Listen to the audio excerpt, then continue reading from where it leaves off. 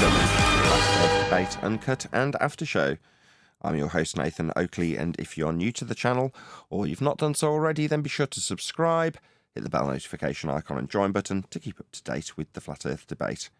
If you would like to support the channel, there is a super chat that runs alongside each of these shows while they premiere, and there's also a Coffee, Patreon, Crypto and Thanks button in the info box below the video. Shout out to all of you who do support me on Patreon. I'm going to hand across to whoever is in Discord and Google so you can enjoy their dulcet tones while I set up for today's potentially members only live stream. It gets messy, man. Oh, it's not about sides, it's just about, I guess, truth and no bullshit. Here's Nathan. Good morning, Nathan. Morning. Morning. What's going on today, man? Like you gotta go to dentist or something? What's the problem? No, I've already been. Oh, so all set? You ready for the show? Mm-hmm. Nice. No. I know we got a video from Sunday, right? But when you're ready, you got an even better video, bro. Kim Iversen. Not sure if you guys ever heard of her. She has 500,000 subs. She spoke with this dude about moon landings, space, all kinds of things, and they're definitely skeptical about the globe. They're looking for the answers. They sound honest, but they definitely don't know the arguments and the real truth about the things that we talk about. So I believe it's gonna be a great video to cover, dude. So not sure if you want to do that one before the one that was recommended on Sunday, or you want to do this one first. I can post it right now. Is it in Master B? No, it's not. I can post it, or I can post it whenever you're ready to cover it. But it's gonna be a great video to cover. This lady has a great platform, 500,000 subs. Yeah, it's gonna be a great video to cover, dude. They talk about fun things, but they're not on the level of things that we talk about here. So what do you say? Put it in the Skype or just wait till we finish with this one? No, put it in Skype. All right, give me a sec.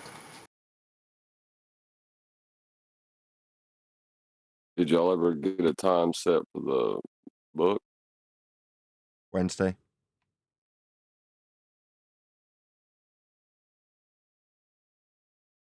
I will not be attending.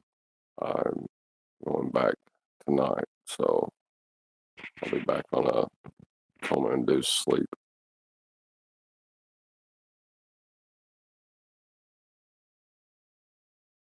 Where is Constantine?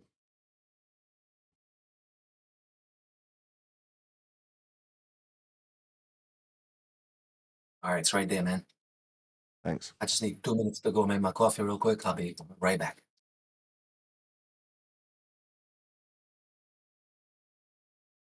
When you're 85 years old on your deathbed, you're not going to wish you had fewer crazy.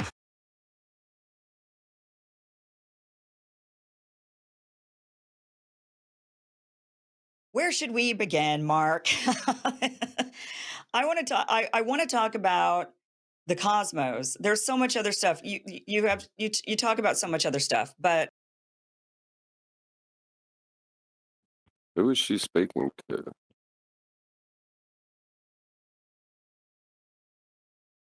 Just some dude on the other end of a call, I think.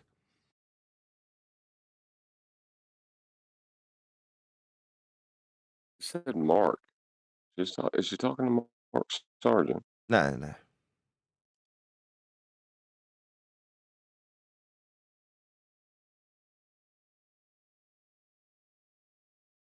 Well, that's I think it's I started reading through the comments on not the last FED, but the one before last. I don't understand the attacks because of wits. I don't get it.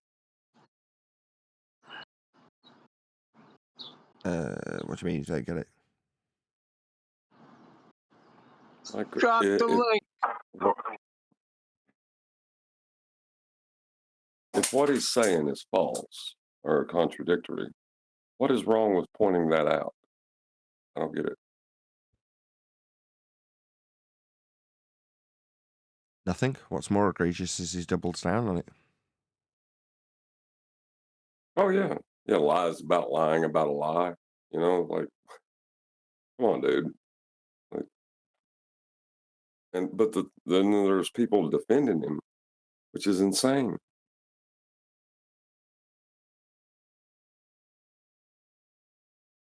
Yeah. His group thinks like all the people that like Witsit, they go, "Oh, this man's debunking Einstein. He's smarter than Einstein." That's his whole shtick.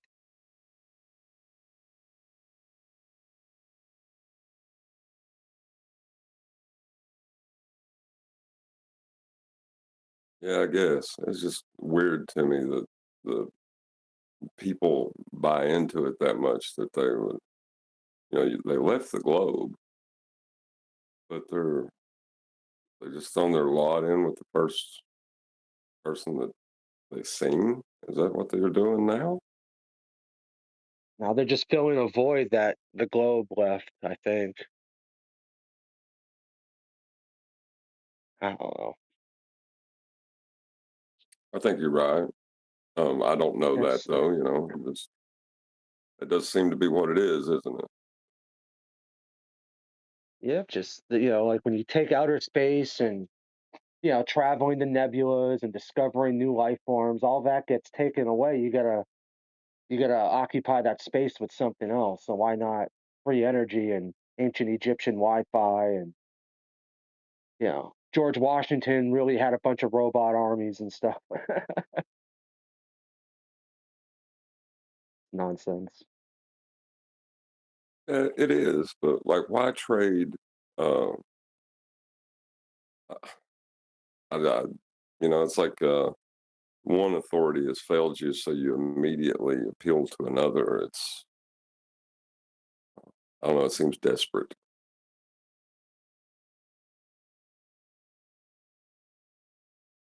Well, Witsit's a package deal though, because with Witsit you get Dave Weiss and Globebusters and all that, so it's like factions, and that's just I don't know. Not so much Globebusters anymore since Bob passed away, but I guess the show still runs every week, from my understanding. It'd be like if you called us FED. We are, um, but that's Nathan's show. So the people affiliated with it, you could call FED. It's like Yeah, Globebusters.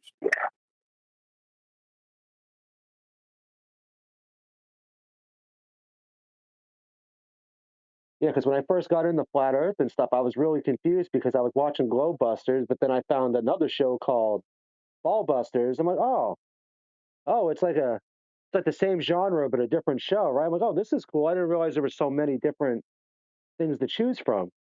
And after a couple weeks of watching, I'm like, how come they don't ever collaborate with each other?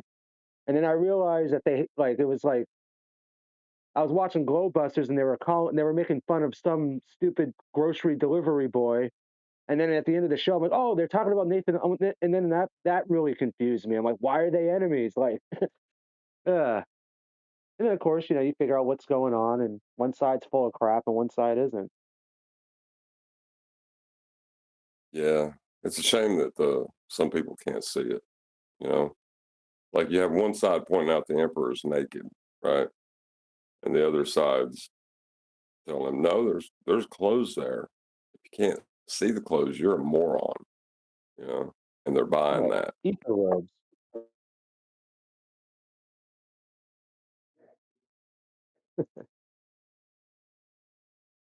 I didn't hear what you said before that. I said, yeah, he's wearing ether robes. He's wearing clothes. It's just made out of ether, so you can't see it or touch it, but it's there. It has to be. He can't be naked. He has to be wearing something. Exactly.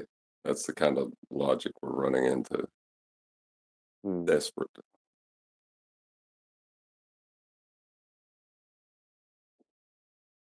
And then when Witsit was in here the other day, it finally all dawned on me. He's just hijacking the light spectrum and just changing the name. Everybody wants to rename reality in magical, special ways, and then they want to trick you into doing so with numbers if you don't believe they're bullcrap. So yeah, Right.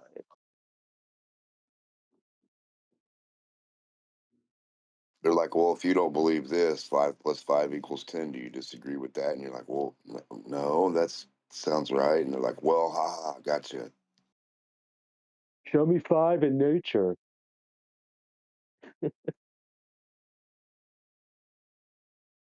Well, the thing is, like, with the quantification of it, right? The electromagnetic spectrum is only based on a phenomenon of light. Qualify each intensity, or frequency, but that's tied to the diffraction grading. It doesn't have anything to do with light being a wave.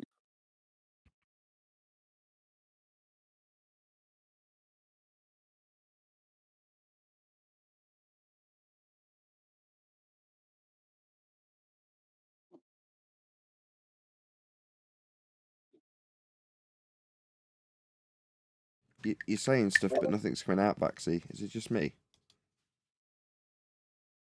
Huh? Oh no, I took myself off mute, but then I realized it's picking up what my daughter's watching, so I went back on. I don't have anything to say. Nathan, did you decide which video we're doing today? Just so I can post it in the main text chat. I don't The one believe you- what just happened. I'm sitting in back office, waiting for the link, thinking I'm in Master B. Brilliant. Yeah, it's the one you just posted. From flat Earth to dark matter. All right, sounds good. It's gonna be a great video to cover, bro. You'll see. And she even leaves an email at the end. So I'm gonna write her an email. Yeah, I'm going to need lots of participation from Discord. So pipe up, tell me you want me to stop the video. Yeah?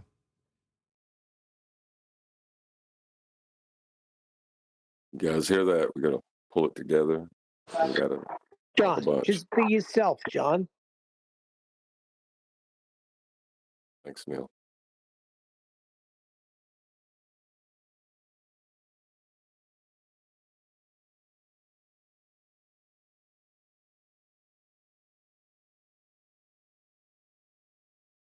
See, we Yeah. get the dead air when you do stuff like that, Neil. Dead air. No, we started calling it the Nathan and Refracted Show. After I left, While you were here, we called it that. Maybe not when you were in for you to hear. oh, well, no, I feel great. I feel like everybody's talking about me behind my back, Neil. Thanks. Of course. It's the best time to do it. When you're not around. Yeah, I appreciate that too, because I'm really sensitive. And if you say it to my face, it just hurt my feelings.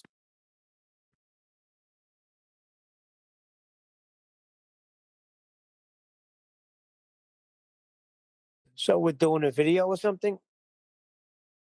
Yeah, flat earth and dark matter. Yeah. Thrilling.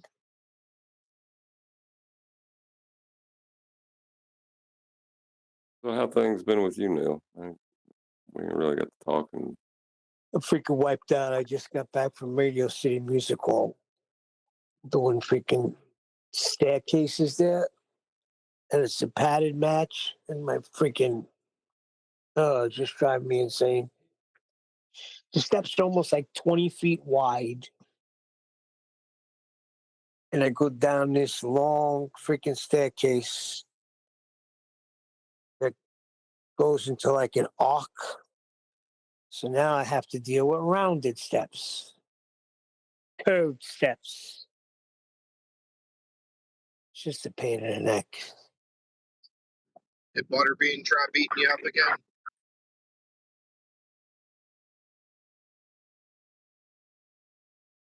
I didn't get that.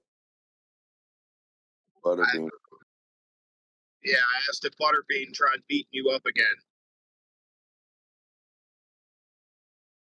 Oh no. He's on. I haven't seen him. He's on a different job site. I got to fight with another guy tonight. This freaking Jamaican dude. This freaking old ass Basil is his name. He freaking pissed me right off tonight. What was his name? They call him Basil. I thought you Likes said his spot. old ass Bezos. Freaking idiot. That's what he is. I shaped out. You got to shape out your carpet, right, before you fold it back and start gluing it. It wasn't cut in to fit. It was shaped in, because if you cut it into fit, it's going to grow on you when you put it down and rub it out. So then you'd have to cut it twice. Every mechanic knows that. This freaking moron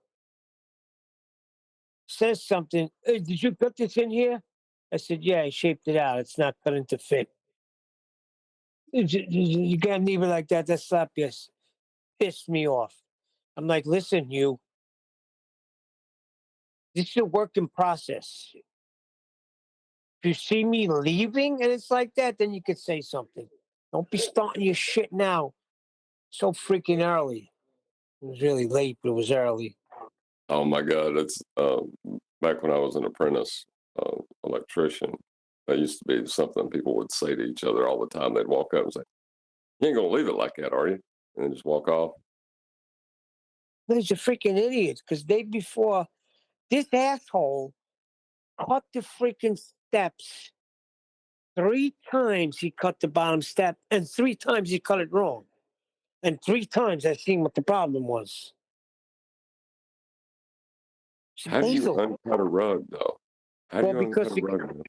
it goes on a curve, so he wasn't allowing for the curve.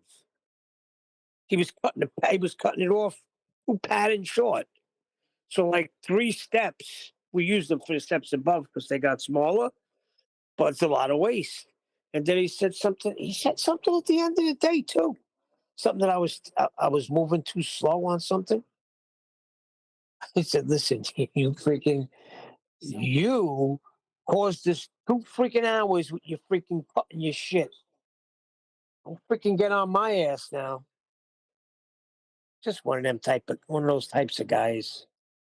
Well, usually when one of those types of guys you're talking about makes a mistake, the first thing they want to do is try to throw someone else under the bus. So remember, if you can't make yourself look good, you can always try to make someone else look worse.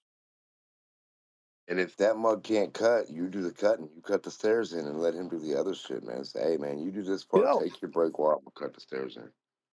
I wasn't even supposed to be working with the dude. I was supposed to be doing my own staircase, but What? he says there wasn't enough carpet for that.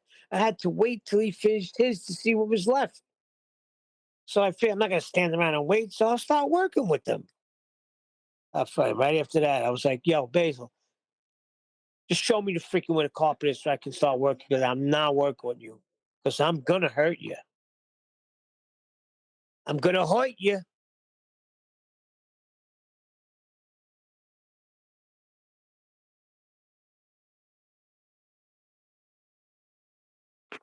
So you're gonna hurt Basil? How do you hurt Basil? He's an older guy. He's like, I think he's in Eating it, his smoking. mid-70s.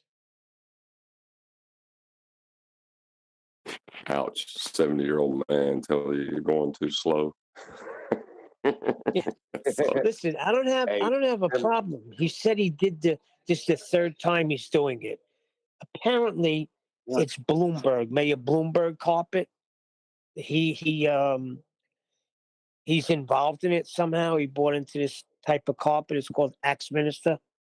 Comes from Ireland, and it's the third time he's doing it. So, all right, you've done this thing 3 times. You got the reins. I'll follow you. Until he cuts the things 4 times wrong.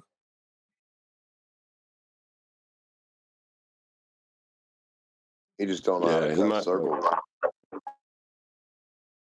That's what I was getting ready to say. Yep, yep. That's what it is.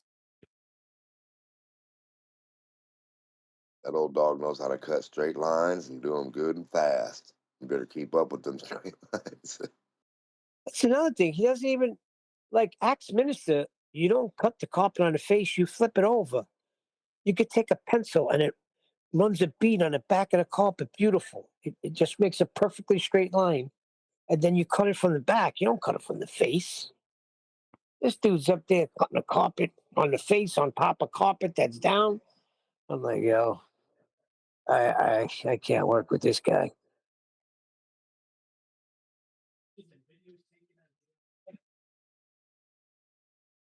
He's a smooth alligator.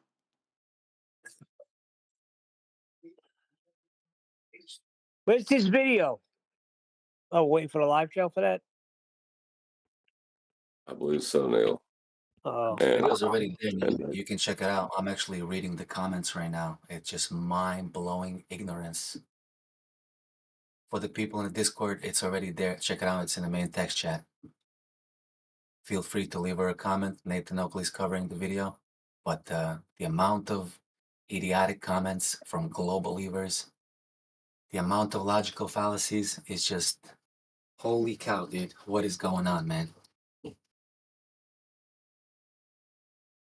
I'm definitely leaving her an email. I'm so glad she left an email, dude. This is how we gotta reach her, because there's no way she can read almost 2,000 comments.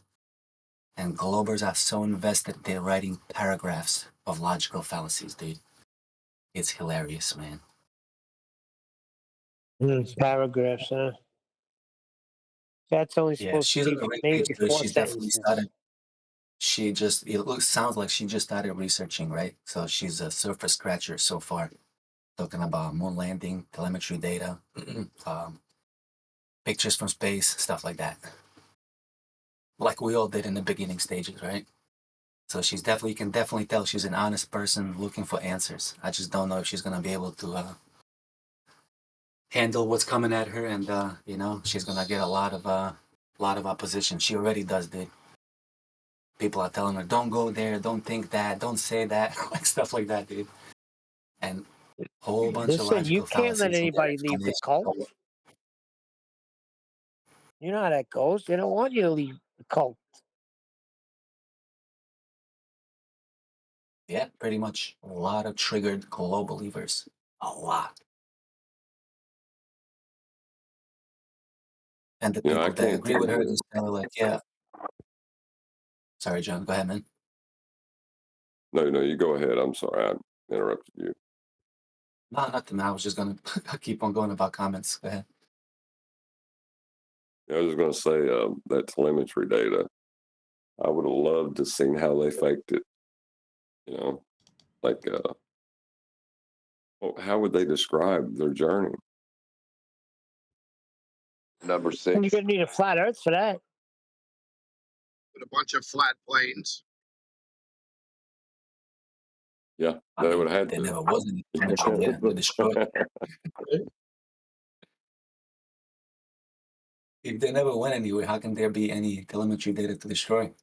It's like a Oh, I lasso. know. You take a It was lasso and swing it over your head, and you throw it. no, no, That's what they did. no, no. It was they didn't travel, but they moved without traveling. They didn't travel because they were already there. Right, like light. They just got excited. That's funny because like I appear um, in one day. I'm in another day, right? We call it yesterday. I lay down and I appear in another day. How am I not moving at the speed of light? Did you get excited? Without excitation, there's no movement. Well, it was one of those dreams, like you have in middle school, and yeah. Oh, so I was definitely excited.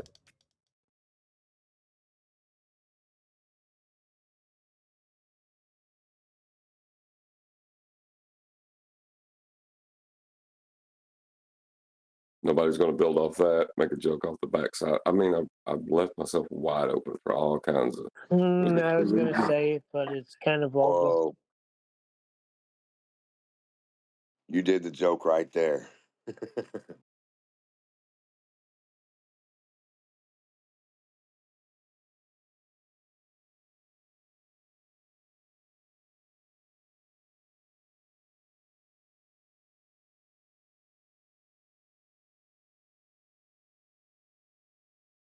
Where do you get telemetry data from? Well, it's always taken from a flat plane. No, I mean, not even that. Like, where do you even get the idea that just dropping your airplane on a flat Earth is going to get you somewhere? You know what I mean? Like, who said that, adding 5 + 2 is going to make your rocket be there, you know?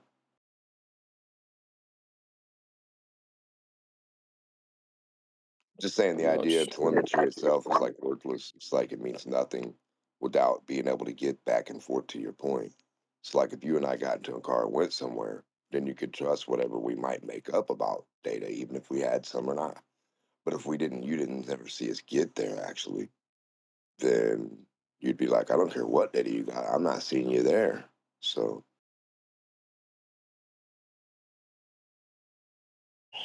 They went there because the amount of fuel that was calculated. that's the dumbest shit I ever heard in my life. What if you go mudding and you waste a whole thing of gas just in the same spot because you can't move and you're stuck in the mud? How did they say you went a lot of places because you wasted all your gas in one spot? No, you stayed in the same spot, just ripping your tire. What's kind of funny though, that calculation that Neil deGrasse was talking about uh, is done from the plane of reference. Oh dear.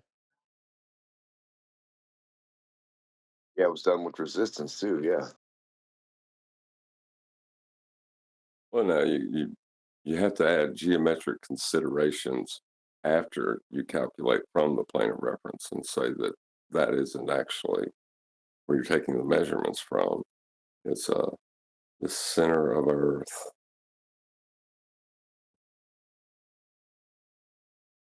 They don't know where that's at. From hell?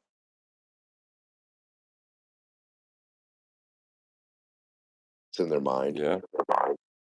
Well, if you think about it, if you're a baller, the flat plane you dwell atop would kind of be like hell.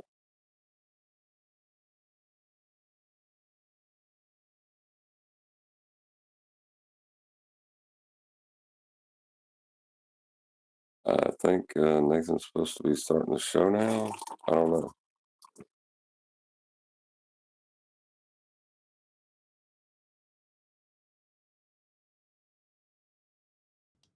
How are you? Good morning, gentlemen.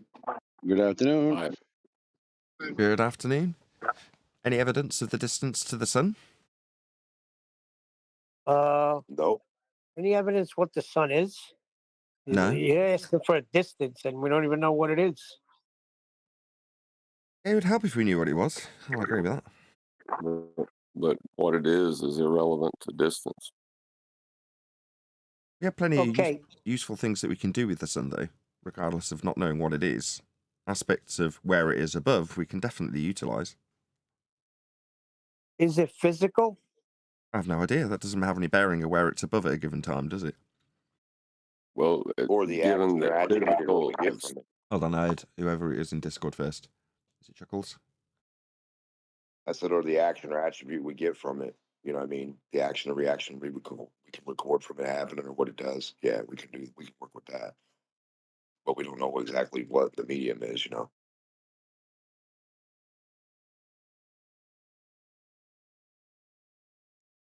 Go on, John. yeah, what I was going to say is given that the term physical means something you experience with your five senses, can you see the sun? Yes. And I had a debate with these guys because they were telling me that the horizon is not physical. And I said, I think me and John sorted this out that it's physical, it's just not tangible. Right. A rainbow's physical. It doesn't mean it's something tangible you can grab. Same concept. Thank you.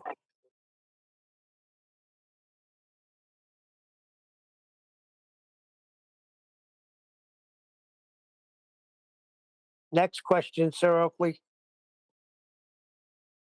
Any scientific evidence of gravity? Are you serious? Stuff popping to the center of other stuff. Stuff coalescing into a sphere on its no. Well, first we have to define which gravity you're talking about. Which one does You know, not you could have an show any. apparent downward vector?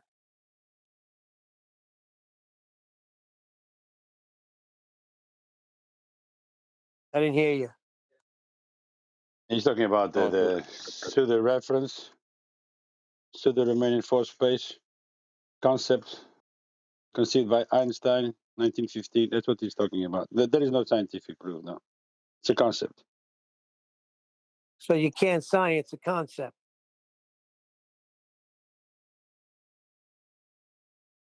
No. but the thing is there any of the gravities that is not an apparent downward vector? 'Cause I think there's one that isn't. Specific, which Yes, I hate. yes, Neil. Specific gravity is not a exclusively downward vector.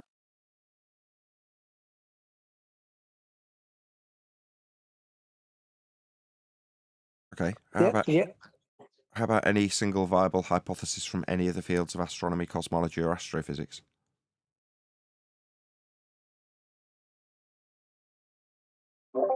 Those are all pseudoscience as well.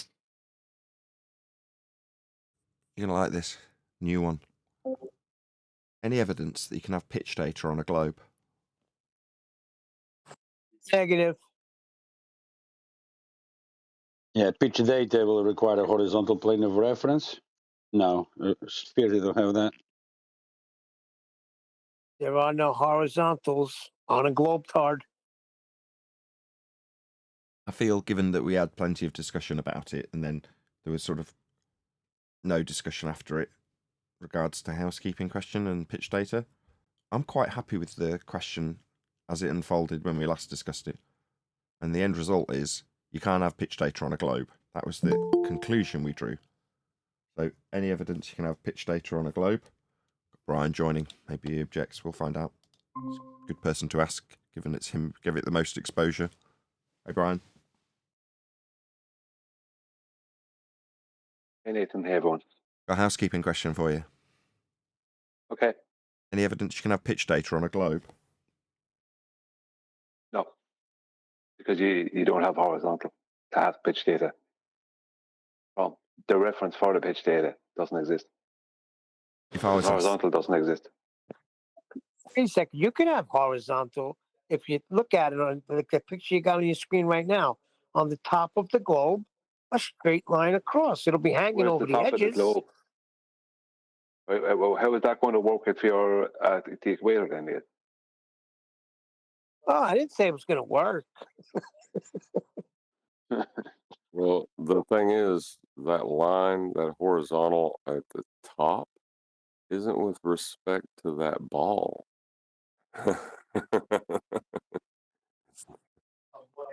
You don't move around that ball and all of a sudden level changes as you move it around the ball. That's just not how that works. It's over. They are so done. Yeah, the ball is with respect to that horizontal that doesn't exist on that ball.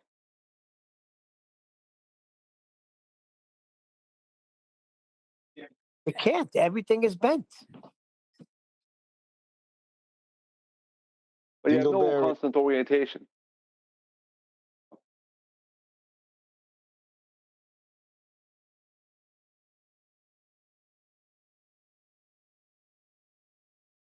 go on, Brian. You can't give us one statement and then just leave us hanging. I know someone was talking there. I thought I overtalked someone. That's why I went quiet. No, you have no constant orientation. You see, that's the problem. In reality, we have a constant orientation of horizontal, whereas within the globe paradigm, there was no constant orientation. Nothing is constant because it can't be. Well, they don't have an orientation at all. There's no orientation on a globe. There is no up, down, left, right, forwards, back. They have in and out, but no one addresses Yeah, it an that arc, way. everything. Exactly. They have nothing but in and out yet. Into the center or out from the surface. They couldn't even differentiate the idea of a curve from a hill or a mud puddle, man. Literally, because they can't even find a curve with their fingertip or anything. Like even where it would start from a horizontal line to be a curve, and say, okay, start making your dots behind this horizontal. They can't even do that. This is the funniest shit. So funny. They don't know what the horizontal is. That's how scary it gets. Oh yeah, I don't really care about them not worrying about that because a horizontal's fine for horizontal for me, and all I need to know is something different than that. So like, if you have a problem with the horizontal line you make on the wall as that person, then that's their own personal problem. It's not really nothing to do with me. Yeah, it is weird. If people are still looking at the horizon, seeing it horizontal and claiming curvature, when there is a zero slope at the horizon. Completely contradictory.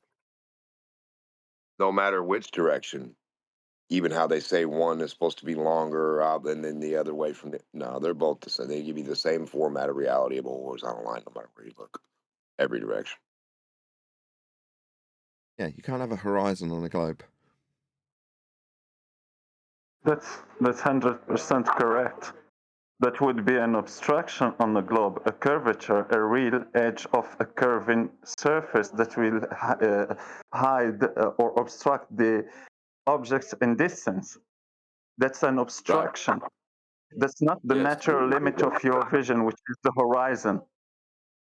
Well, we would call that. How would we formulate that? Curvature. I think there's Like they say, downward. They say it correctly sometimes when they want, because when they talk about that boat that is being obstructed bottom up, sometimes they say that it is hidden by the curvature of the earth. That's the correct word. Saying and the other time saying horizon, that's not correct. You don't have a horizon on a ball, on a sphere. Exactly. That's correct. So they need the secondary level people, the useful idiots, to say the horizon. It was always, when we were having this claim put to us, the horizon, the horizon, the horizon. Yeah, their claim is Earth curve. What is Earth curve? A point below the surface level, derived from calculating a point you'll call the horizon in the maths that's only in existence because you've derived it from an eye level that's parallel with surface level. And the horizon. The geometrical horizon only exists in the maths, the rumpus. Go on, John. Yes, George. Yeah, the horizon is defined as where surface level appears to meet the sky. So you can only describe the horizon with respect to a flat plane.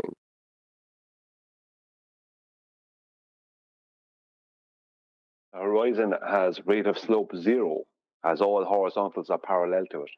It's where we reference for horizontal, which means it can't be curvature of a globe out because that would be a change in the rate of slope over distance. Someone would always be dropping, right? Add to what you just said that we know that the horizon and from the line from your eye to the horizon, that line is level. And just to prove it, we know it already. And when we don't have visibility to that horizon when we are doing navigation, we can use a bubble sextant that will create that same level line from your eyes to that horizon, because we know no matter what the altitude where you are, that horizon will be level from your eye to that line in distance. And we replace that normal sextant with the bubble sextant because we know it. We know that it is a level line. No, it would be a dipping from level to the horizon because you're above the surface. So you'll always have a dip correction to level. Exactly. You only have level left to right, not from you to it. Yeah, basically, there's no curve anywhere. Well, it would be more the artificial horizon if you're on land. Sorry, the artificial horizon if you're on land, you use. You won't have any dip at that. In the bubble section, you'll have no dip. It's only from a boat. But the point being is that the horizon has rate of slope 0. It has to be a horizontal. That's where we get horizontal from. So, that's why all horizontals are parallel to each other and all horizontals are parallel with the plane of the horizon. That's it. They want to turn level into an equal distance from the center of a globe, but they want to also have horizontal that's separate from that level. If you look at some of the surveying books, that's what they try and claim. So level and horizontal are not the same thing. Yet, when they are measuring a drop from their position, it's a measured drop from level, because level has to be horizontal when they're doing that. Yet, level is supposed to be a curved line. Disappearing in all directions from underneath their position. It's contradictory BS. Yeah, so I was going to say, well, you can't do that. That's a contradiction. Yeah, because when they are setting up the other light, yeah, they use the level to level up the tool, and that's level according to them, but not sea level. That's not level. That's curved. Yeah, That's a at that contradiction point, right there. Exactly. Well, at that point, when they're setting up the auto level or the theodolite in surveying, or the total station, all of them must be level. But at that point, they're trying to claim that that level is a tangent. But a tangent is still a straight line, which means at that instance within your paradigm, you're claiming that that level is horizontal, even though horizontal can't exist within your paradigm. You're claiming that the tangent is level and the tangent is horizontal. That's what they're claiming at that point. But then level must be equal distance from the center of the globe when they need to make that claim mathematically as well, because they're actually a train wreck is what they are. A geometric train wreck is all you could really call our opposition. Yeah, and the globe that they mentioned that they've got no measurements for, when they do try and explain the measurements, they end up telling you how flat it's measured. Or using loads of flat earth terminologies.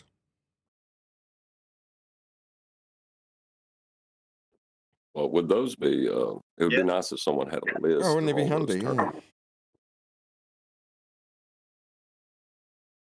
Yeah, it would be nice if someone had a list of all those words that they use and could read it out now. Shame nobody has, otherwise we'd be hearing it, I guess, but we're not hearing it, so the list probably doesn't exist. I think I might have one. Oh, really? It's Hint, the hint. yeah, it's called the 30 words not allowed to be used when explaining how Earth curve is measured. Sea level, horizon, horizontal, parallel, plumb, perpendicular, elevation, angles, triangles, sea sextant, theodolite, spirit level, altitude, vertical, tangent, straight line, up, down, plane, north, south, east, west, azimuth, altitude, and flat. 30 words, and that's that. You can't use these unless you're explaining flat. Yeah, but they use them all the time on the regular. Because they're explaining how flat it is and don't even realize it. Oh dear. Yeah, they're telling us how flat it is all the time.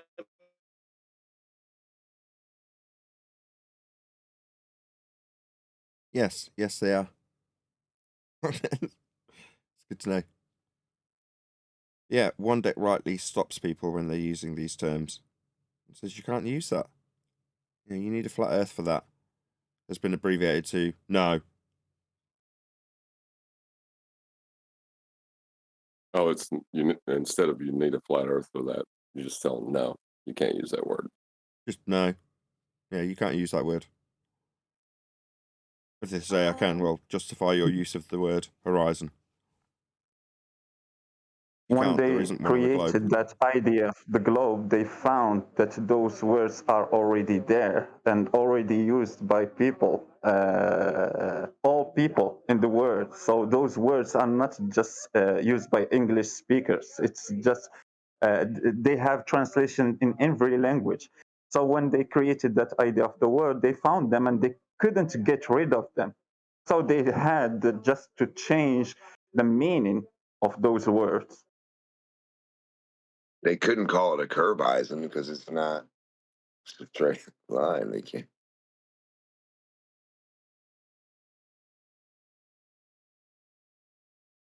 Yeah, it's called the plane of the horizon.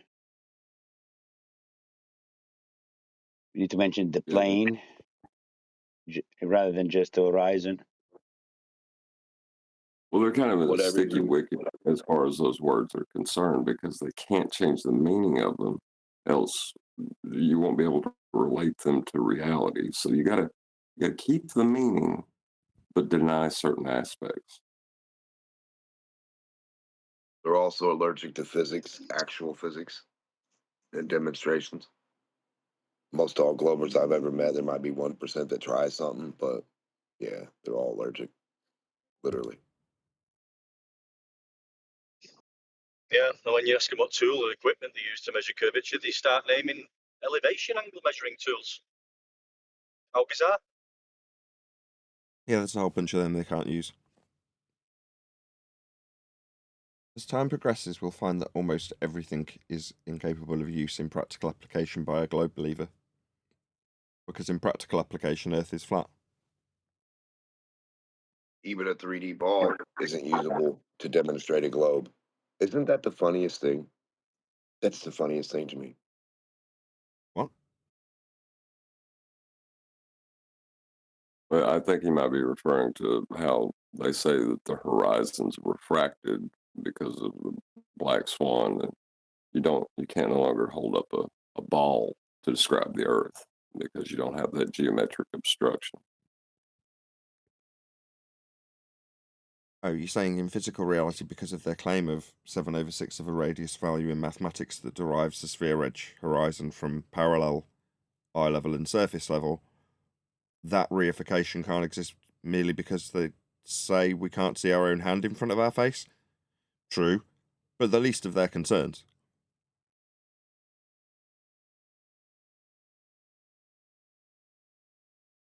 But it is yet one of their concerns. It is least, but it is a concern.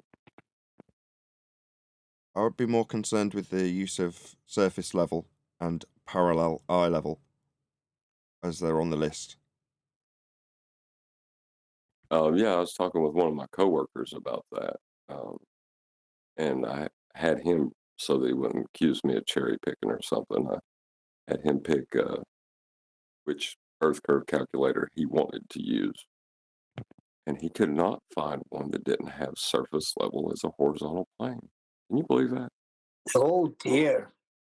It's not that I can't believe it. I understand how surface level is used to create the Earth curve math, so it's a necessity. Flat Earth is required to infer a point below surface level derived from your elevation above it, parallel with it, eye level, and surface level are required. Earth is flat to assert Earth curvature. Yeah, but when a regular guy, when it clicks, do they immediately resist? What happened, John? He didn't want to talk to me anymore, which I understood. Yeah, you completely destroyed his religious belief.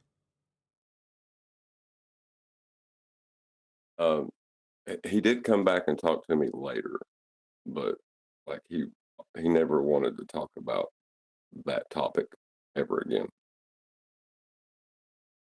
He will. Yeah, because once you bring that to their attention, there is no more globe. So I guess they're homeless. Look, they do start saying it's locally flat at some point, which I find very I can't think of the word. That I find it, but it's very strange, isn't it, that they've come into this point now where they have to admit it's locally flat, realizing there's no curvature. So yeah, we do have to use it flat to take any measurements. So the penny's dropping. Well, it is part of their rhetoric. They don't deny that they measure Earth flat. It's all over their books. They just make fun of people who accept the measurement. What happens if everyone will measure at the same time? Everyone measures flat locally. Is it Anybody still a globe? everybody Oh is. dear. Locally, flat. Well, Eh, if they Nathan locally, hands across utilize, America. they're utilizing those measurements. Anybody who's navigating currently with a map. He said Nathan Oakley. Welcome to America. Well, if you have a segment of a line, that's still a straight line, right? How does extending that line change anything about the initial segment? It doesn't. Not at all. You know, it's not that they got a special pleading fallacy. That's Yep. what they got. Right off the Special jump. pleading fallacy that apologizes for why it's not being measured globe shaped. Every single time. Why they can't find the curve, they don't know where it's at. Everything gets in the way. It's funny. It's the funniest shit. It is until you realize the awful truth of the implications of that statement. They're not measuring it globe shaped, and they're using fallacy to explain why they're not measuring it globe shaped. So, how are they measuring it? Flat. Right. So, Earth's being measured flat. That's the end, isn't it? I'm not interested in the special pleading fallacy for why it doesn't need to be measured anything other than what it is measured, which is flat. You know, you can listen all day to them saying it's because it's so big. Yeah, special pleading as an apology for measuring it flat. So who cares about their apologetics?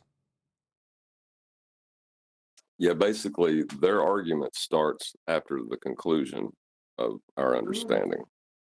Then they want to deny what they know to argue that it is could be a ball.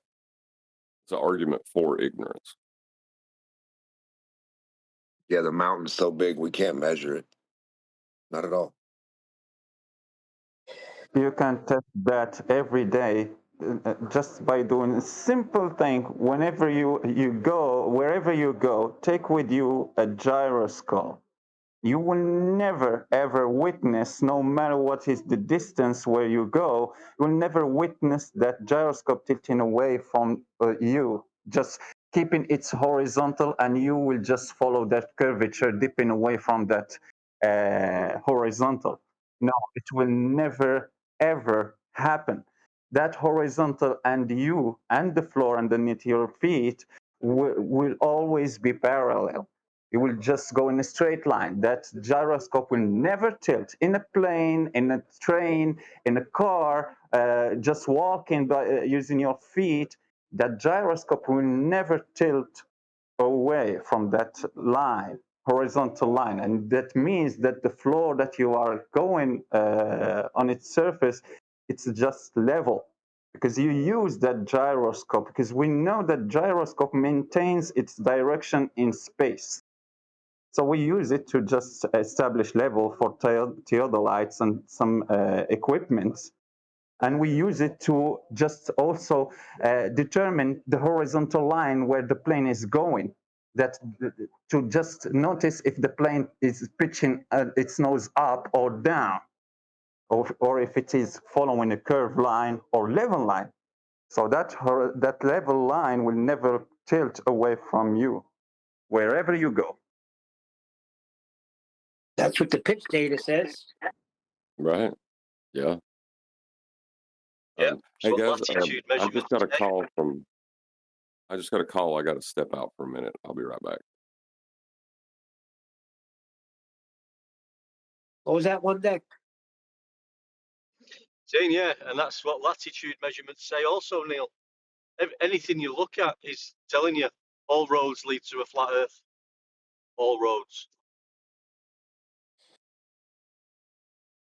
Yeah.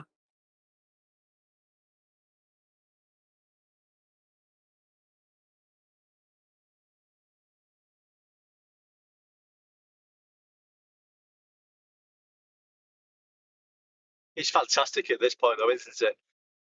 You know, it's over, like you say. It's all sewn up, and we've got it down to the simple measurements, and now we've got the pitch data, latitude, elevation angles, celestial navigation. Yeah, but doesn't it bother you a little bit that for all those years they were using words like the horizon and we weren't catching them? What the heck, man? Were we in a fog or something? Sea level, plane, horizontal.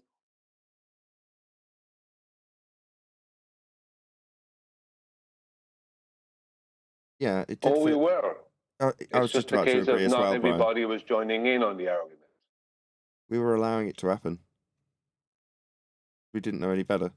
So when we were arguing in the curve calculator, we didn't know any better. So when they said sea level, we didn't know that meant 5, 6, 7 years later we'd be saying, that's on the list, I'm afraid. Can't use that to prove a curve. We need a flat earth for that.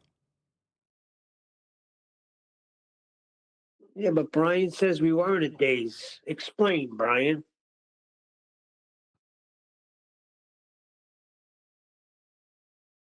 It's like this. That was pointed out many times that sea level is level and it can't be a curve. But nobody wanted to latch onto it. People only decided to latch onto that in recent times. It's not that nobody ever said it or pointed it out. It's that they were wasting their breath because nobody latched onto it. Everyone wanted to talk about NASA and all this other rubbish and the curve calculator and everything else without looking at what was really going on. So it's not that it wasn't said or nobody noticed it. It's a case of that nobody, en masse, people latch onto it. So if you don't have the support of those around you, your argument won't go very far. And you were saying this, correct, Brian? You were keen on this, weren't you? Yeah, but I wasn't the only person. I've heard other people say it over the years, but it's just that it wasn't latched onto. It was so simple and straightforward and easy, people weren't latching onto it. Seems too good to be true, that's why. How could they possibly just use our terminology? How could they have done it? How did they get away with it? Because it was right under our nose. Head, whoever that is. I was going to say, I think it was the fallacious logic. It's hard to keep up with. They're so rapid fire with it. The fallacies come hard, loose, and fast. Yep.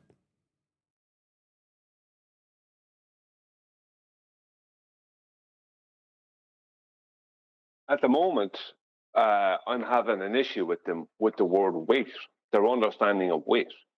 I made a video, not my first video, but a video I made recently about the whole upward rising Earth thing.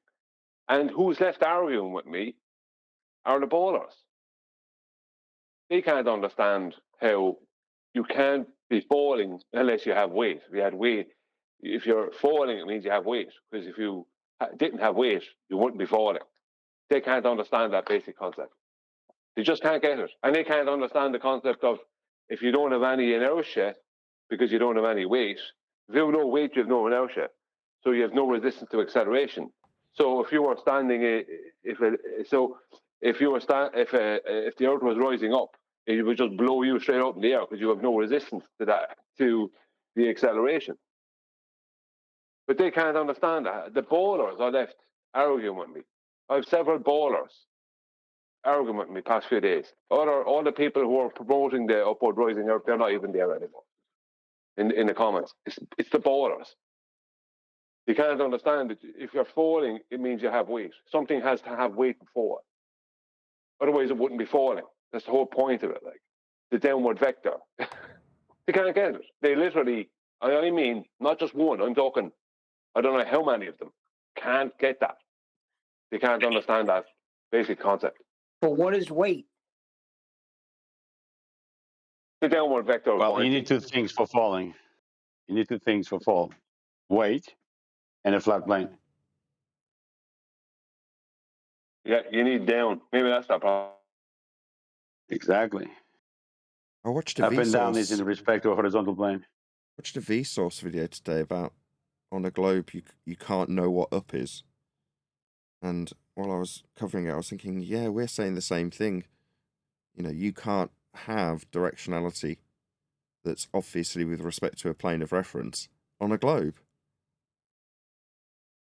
Now he's just saying, oh well, it just means you can turn the map upside down. You're like, well, no, the map is created with respect to a plane of reference, so you can't have that.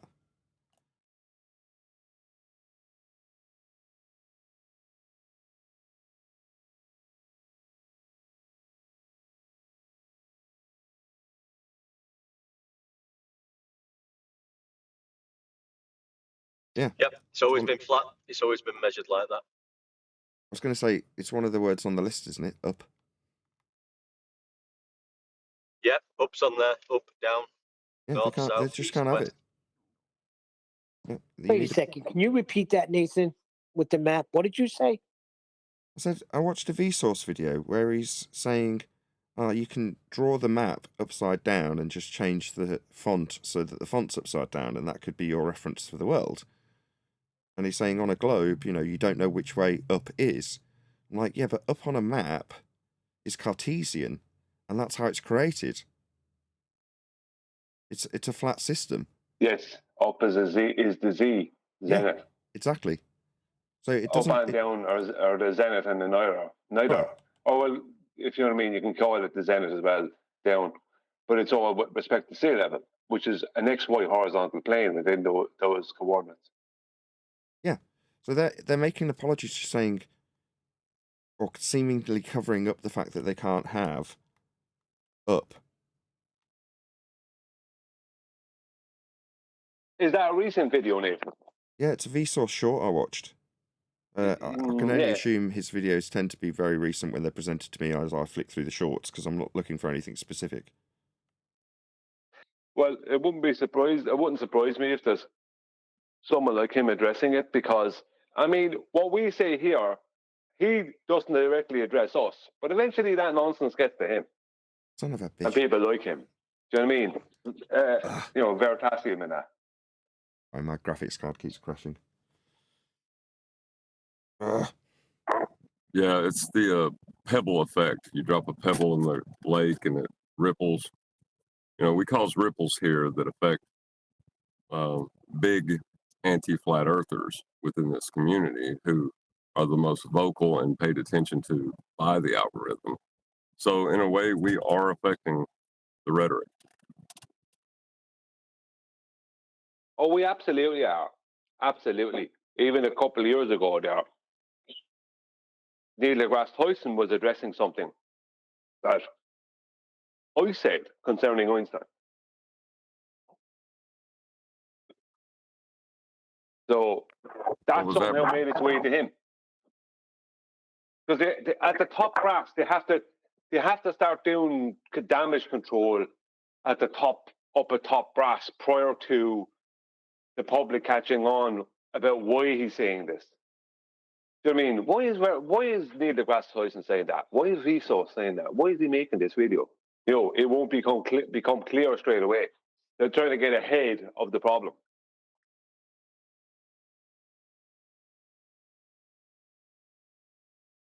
Well, according with Neil deGrasse Tyson, they lied to us on the Baumgarten Red Bull jump by presenting it as a fisheye lens. At that height, that stuff is flat. They've lied to you. He's admitting it. Yeah. All part of the magic trick. Really let you know that it's got to be flat, whilst telling you it's obviously curved, and you're a stupid idiot if you don't realise that. Yeah, what he's actually saying to you there is that you'll never see the curve. It's always flat. That's what he's telling you. You can't see the curve from 121,000 feet, or whatever the hell it was, or 20, whatever it was, 21 miles, whatever it was, Baumgarten was time to jump from. You can't see the curve from this height. Yeah, because it just doesn't exist. Well, you can't see something that's not, if it's not in existence in 3D reality, you can't see it. It's that simple. And our curve, our globe is not.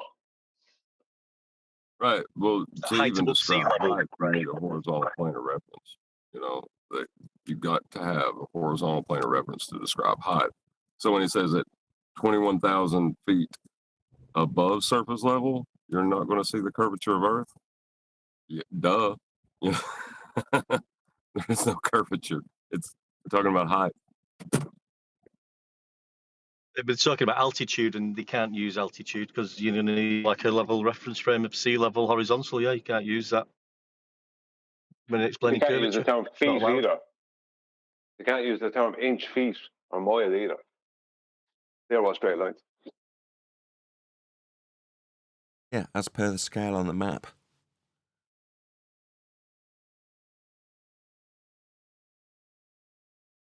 When you're laying out a map, right, and you want to get the scale off the side of it and compare how long something is going to be in terms of distance, because you get your calipers or whatever you're using to match the scale to where you're going to be journeying. That's got to be a linear distance. It is a linear distance. It's on a flat map. But miles only work in that way. Kilometers are the same. We're talking about distance. I'm not talking about curved distance. It's not curved linear. It's not. It's just straight and flat like it is on the maps. That's how it works.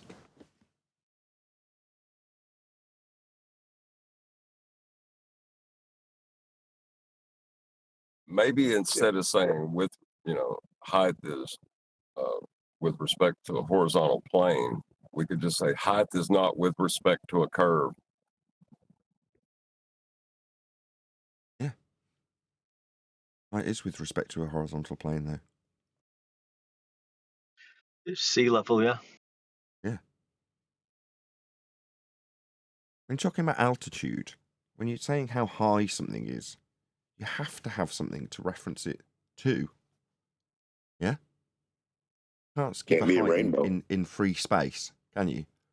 Yeah, Height once above they what? say the elevation, that word elevation, height, it destroys them. They're done once they say those words. Yeah, as soon as you use the word elevation, referencing anything to do practically with Earth, then it has to be with respect to sea level. That's what elevation is. Height off the deck. Not height off a ever-increasing surface that's opening up ahead of you, a void. No. That's not how your height's given. Yeah, I had one guy say, yes, you can. You can take a height off 1 point. You can have 1 point on a ball, and you can measure an elevation to it. Because we have sea point, yeah? Exactly.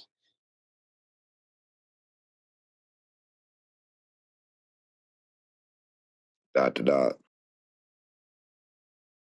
Yeah, well, you can't really have sea point because, level is no point higher or lower than the other, so it can't be that. Exactly.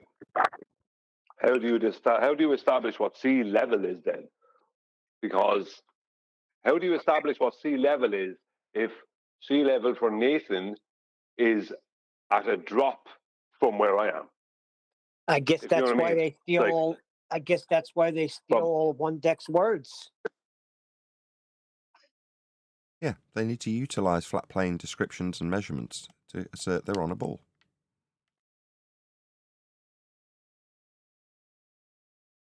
It's great, isn't it? What about a dip between two observers? Then it becomes mountains.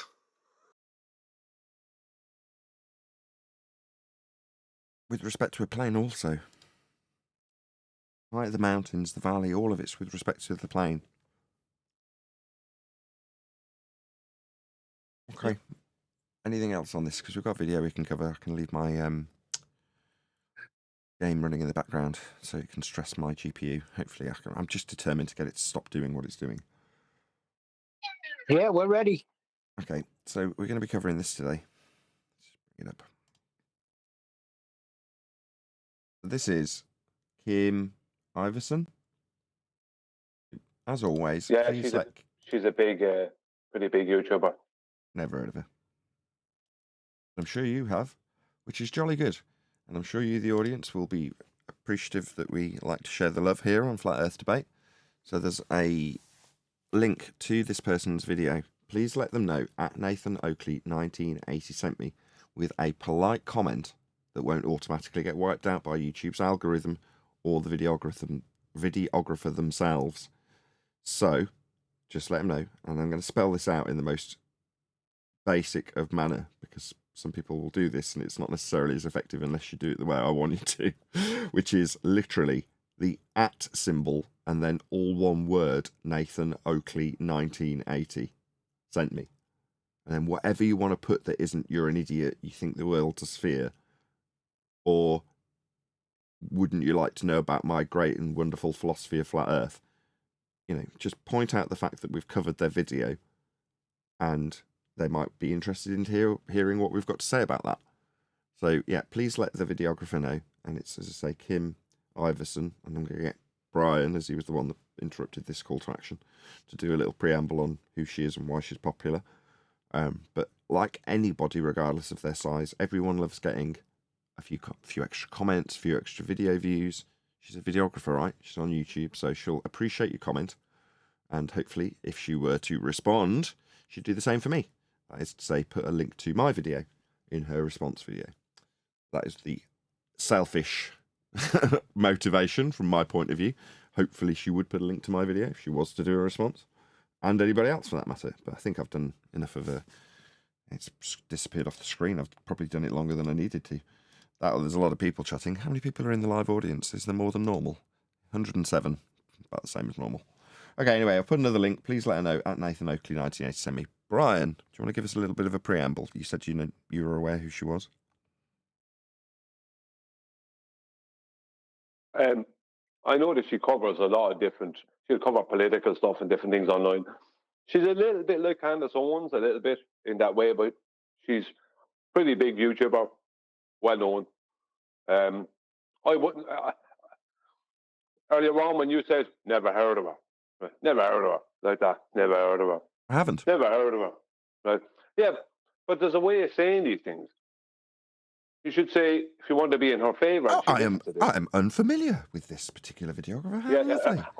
I don't know who this lady is. You know what I mean? I don't know who this lady is. I mean, that's all you have. I haven't seen her video. This is the first time I'm laying eyes on this person. Yeah, because what you're saying is, yeah, I never heard of her. Anyway, support me in the algorithm, blah, blah, blah. You know what I mean? You're going from never heard of her, as in with a kind of a scowl, to support me in the algorithm and blah, blah, blah, blah. You're switching it up. You're being two different people. Okay, well, you have to be the same I'll give a disclaimer. Actually, I'm in a load of pain. I've just had my teeth drilled by a dentist. So if I sound despondent, it's got nothing to do with me saying, I've never heard of her. I couldn't give a toss if she was run over to... No.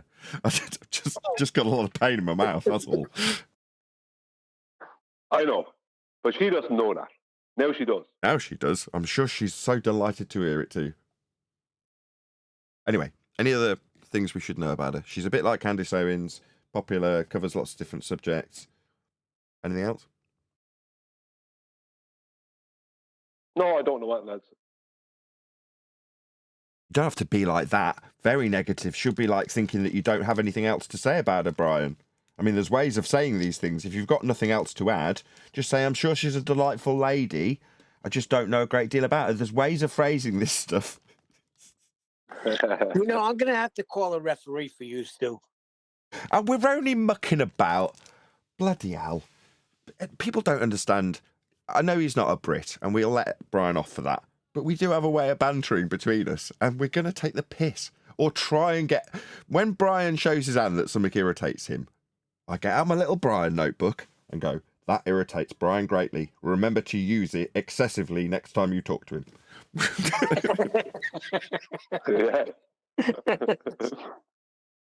Anyway, let's get into it if there's nothing else. I should throw it open to the Discord server, especially as I don't want to be talking. And the amount I've done already is hurting. Anybody else know this delightful, I'm sure very popular, and there's plenty of nice things to say about it. We just don't know a great deal about it, which is terribly unfortunate. But do you in the Discord server? Hit play. Hold on, Neil. The Discord server. You aware of her? Yeah, man, I watched this one video on Sunday night, and all I can say is she seems like a very smart lady. She's questioning the globe narrative. but she's at the beginning stage. Actually, they're both smart and they're both doing the same thing. They're just not aware of the factual information that we have here, and that's what this video is gonna Both? show them. She's schizophrenic or something? What? Said both of them. Is she schizophrenic? Is it her and her alter ego that she talks? What are you talking about? I didn't say schizophrenic, bro. What are you talking No, about? you said both of them. I only see one person. Oh, okay. You'll see another guy. He's there with her. Another guy? Is she transgender? Oh, come on. Her and a gentleman. Her and Her a gentleman. Jolly good. gentleman. Okay. That she brings as a guest, and yeah, they're both at questioning the globe narrative, but they're both at the beginning stages. So they're asking these beginning stages questions. And I think this is going to be a great video to cover, man. And honestly, when you see the comments in the Globe section from the Globe believers, you can make another 10 videos just breaking down their comments and their logical fallacy, but we don't have to get into that. That's Okay. Mighty Mush's way of saying take it easy on him. No.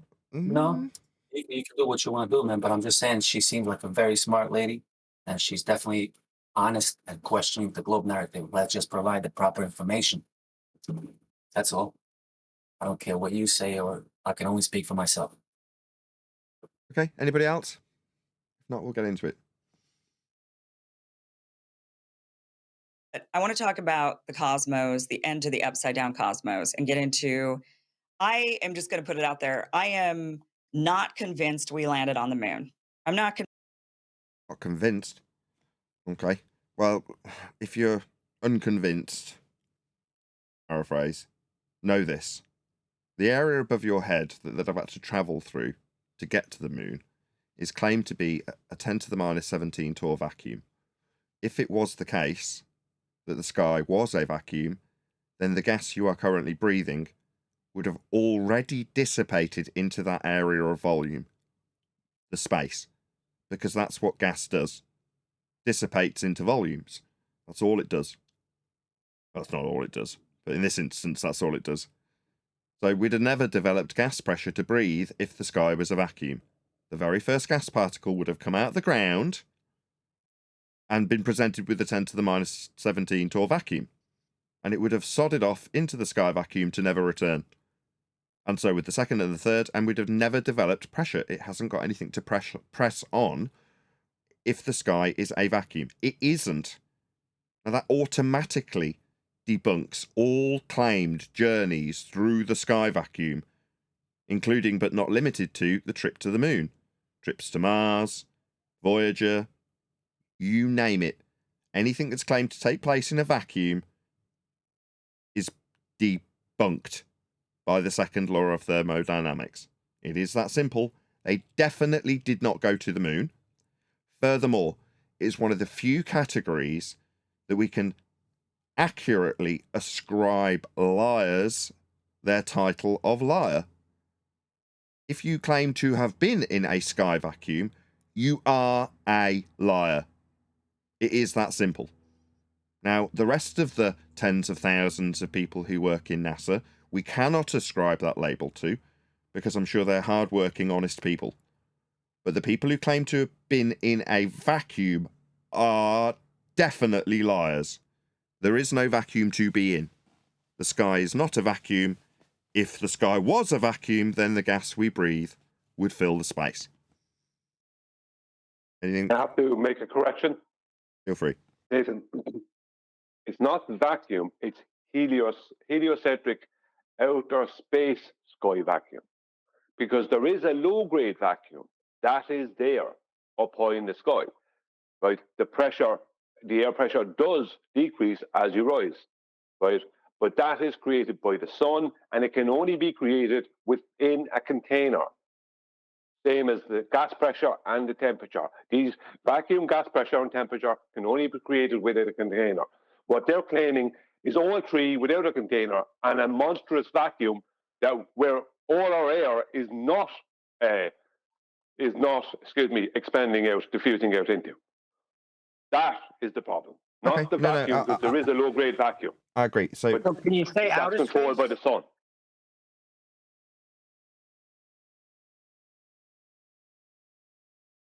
Go on, Neil. I'm waiting for you. I said, is it safe to say outer space is fake? Heliocentric outer space is fake. That Okay. doesn't exist. Heliocentric outer There's space. two parts Yeah. to what Brian's telling me. Number one, the terminology has to be put into their paradigm to make it clear that we're taking apart their paradigm and their bullshit. So heliocentric sky vacuum, fine. The other point he's making is a bit more pertinent, which is to say that the word vacuum in this instance, high vacuum, low vacuum, Tor, these are all descriptions that we arbitrarily ascribed on a scale to what we experience with the pressure of the gas, which wouldn't exist in the heliocentric paradigm. So Brian's saying, I can, and it is correct and accurate to describe sea level as meeting a vacuum. Now, if I say sea level, all right, and directly above it, 1 nanometer above the sea level is a vacuum, and then describe how much pressure there is in that vacuum. That is how NASA term this pressure gradient. The vacuum is described to start at sea level and then gradiate. But in their paradigm, the gradation doesn't stop. It just turns into a 10 to the minus 17 Tor vacuum, and the gas at the Kármán line is where they'll calculate it. Yeah, but low, medium, high, and very high and extreme, all these are levels of vacuum that are known about and used within industry, right? Let's just say within industry, right, you know, where they have to use vacuum, right? These are known about. So they don't claim, NASA can claim that sea level is the start of a vacuum. NASA can claim that, but in reality, when we refer to vacuum, it starts with a low-grade vacuum, and it moves up to an extreme vacuum, which would be 10 to the minus 6 Tor, something like that, 10 to the minus 7, whatever. I think 10 to the minus 6 is the lowest they can go. So when I speak about the vacuum high up in the sky, and I call it a low-grade vacuum, it's a low-grade vacuum because it's about 10 to the minus 2 Tor, maybe 10 to the minus 3 Tor. But we've never been able to measure anything really above that point. The point being is, it's how the vacuum is there, right? And what can and it cannot happen concerning it, right? That's the vacuum, because someone could show her, look, here's a high-altitude balloon, and here's the data from a high-altitude balloon, here's the air pressure, which is a vacuum at whatever height up in the sky. Yeah, that is true. That is there. But it's how it's there and what maintains it is important. Whereas within their paradigm, they're claiming from sea level, this is what NASA claim, the vacuum starts, right? And it doesn't stop until it gets to 10 to the minus 17 Tor outer space sky vacuum. So that's the difference. They have no, just 1 second. They have no mechanism to have a vacuum, or gas pressure, or temperature. Yet they're claiming all three, right? They're claiming all three, yet they have no mechanism for them. Go on, Monday. Just saying, as far as I'm concerned, with what I do, the vacuum starts, after 0 psi. We'd say, I've got a vac pump and I vac systems out, and I'll see the gauge pressure drop from whatever pressure it is. It'll go down, down, down, down, get to 0 psi gauge pressure, and then for anything below that, then the vacuum pressure will start to register. So, I mean, at sea level, you're at 14.7 psi. That's not a vacuum, is it? No, but like Nathan is correct in one way, and is that they define a vacuum with how much air pressure there is, right? That is true. But the point being is that it's clearly defined when vacuum starts. In industry, they clearly define the pressure at which a vacuum starts. Someone's off mute there, and they're continually off mute. So go on mute. It's one deck. Shit, sorry. Yeah. So it's clearly defined within industry when the vacuum starts. So you might say 0 or past 0, but when it's described as an actual vacuum, right? When they describe it as an actual vacuum, might be below 0 one deck, because it could be 10 to the minus 1 Tor or something like that, which would be way lower than just 0 psi. Okay, let's move below on. zero, Anyway, definitely. Yeah. yeah, the space is fake, where they claim to take this journey to the moon, where she's questioning the moon landing. Let's move on. Convinced. So I get called a moon landing denier by anybody who, I don't ever say that out loud much because people attack. It's the one subject that people will really come after you over. But they put all of and this is, I don't want to talk about the moon landing necessarily because there's so much to talk about with the universe, but Universe. I don't know. When you talk about the universe, there's the stars and there's the land. That's about it. Now, there's this idea that there's this ever-ending, or never-ending, ever-expanding, scaled by Huygens heliocentric version of a universe. And that only exists because of measuring the stars with respect to their ground positions. Taking those angle measurements and extrapolating them out into a otherworldly, out-of-the-box paradigm we call heliocentrism. But these ideas are designed by mathematicians. So this concept that we have in the 21st century of being in a vast space that you can travel through, again, debunked by second law of thermodynamics, has only come into existence for us to conceptualize because of the mathematicians of 300 to 500 years ago. this is just a showcasing of what they try to tell us when it comes to the universe, right? Where they fed us this story and then it's, they're like, yeah, we put people on the moon. Oh, but we just so happened to never go back, really, right after these 3 years during the space race. Yeah, I mean, we can help this lady in regards to the concerns you're led to have after you come to the subject if you're doing a cursory amount of research. I'm not saying she's done cursory research, but I'm just saying the first things that you're presented with lead you down a garden path that you don't need to be wandering down if you know that the sky vacuum itself in a heliocentric world that you currently may or may not believe in cannot be real because it violates natural law. At that point, you stop concerning yourself with whether or not they went back. You know that the area that they'd traversed to get to it isn't real. Now, that debunks all space claims. All of them.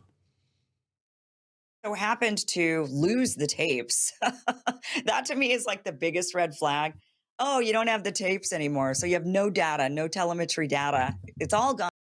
If they had the telemetry data, it would be flat. It would all be with respect to a horizontal plane of reference. That's what telemetry data is. They can't have all telemetry data.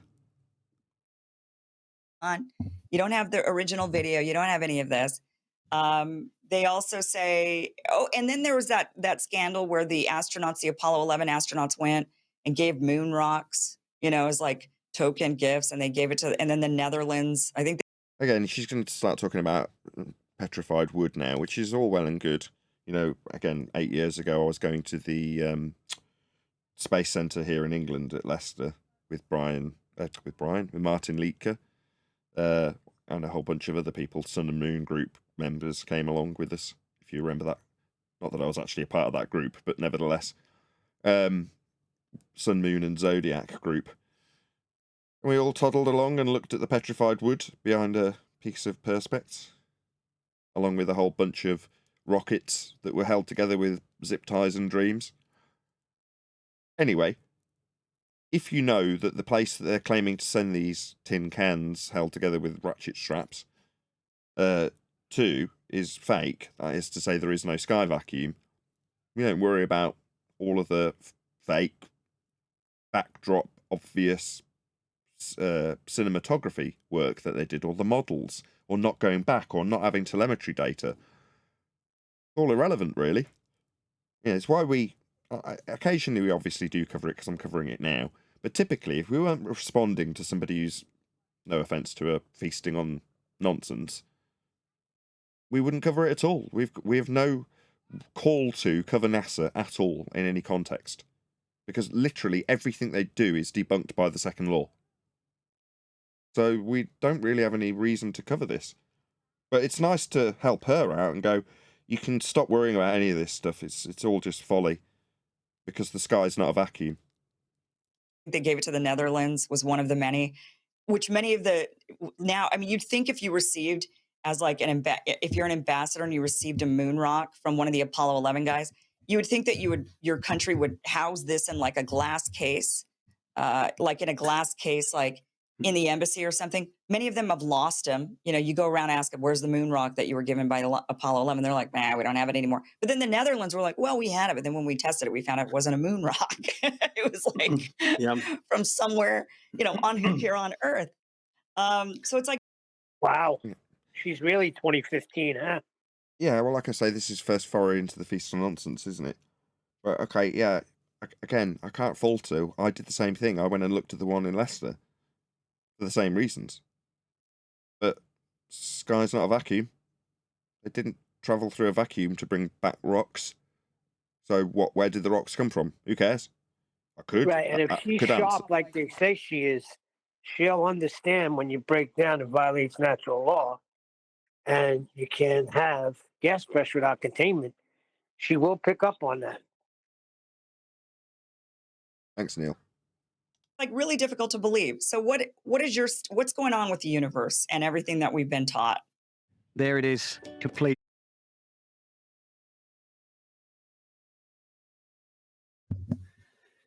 Yeah, it's interesting you started with NASA and space exploration.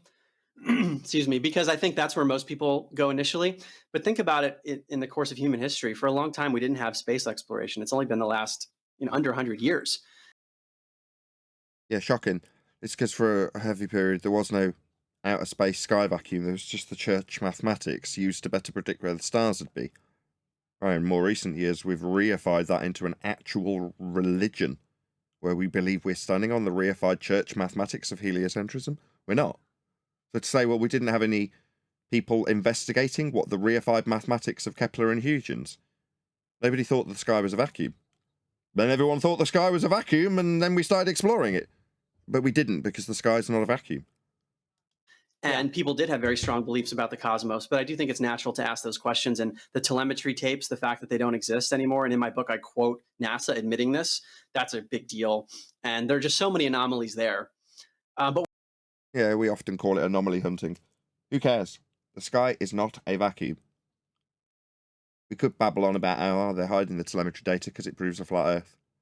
I don't really need NASA for things like that. They declare to all of their aviators that Earth is considered to be flat and stationary. Non-rotating, stationary plane, I think, to quote them verbatim. Well, yeah, they deal with it flat, we deal with it flat, it's measured flat, and the sky's not a vacuum. If you had telemetry data, it would be proving Earth's flat.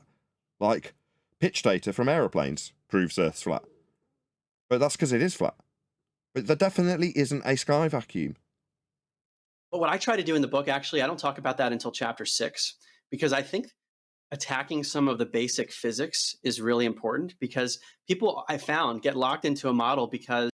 Well, what physics? That's the study of the physical and natural world. That's what physics is. AKA the scientific method. Yeah? Physics, that's science. Science, well, that's the scientific method. If you're studying the natural world, that's what you'll use. NASA don't have any of that. There is no physics from NASA. None. What are you talking about? Start looking at the physics. I don't think he's saying that. I think what he's saying is that he doesn't start with all that. He says he starts looking at the more basic physics. Well, that means he might be looking at gas pressure without a container. That's not physics either. Well, according to him, it might be. I know. Do you understand? Bloody apologists. Why are you reading between the lines? It really bugs me when you do it. Because you're deciding what he's going to say without saying it.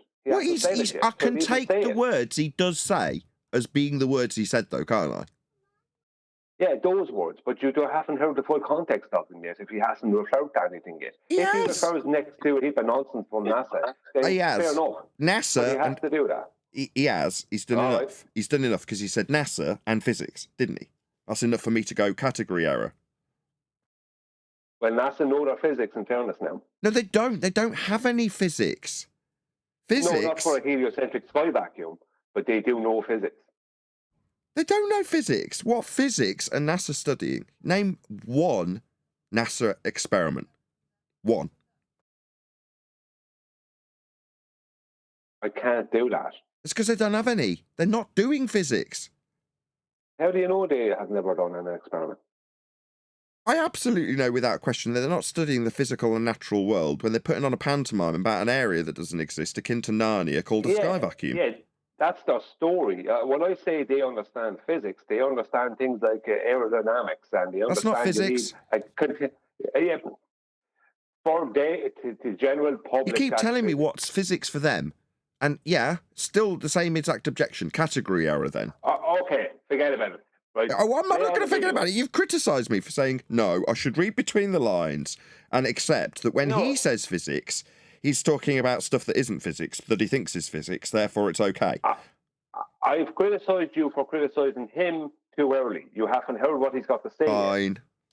Of physics that they don't even know that they're relying on. And I just want to...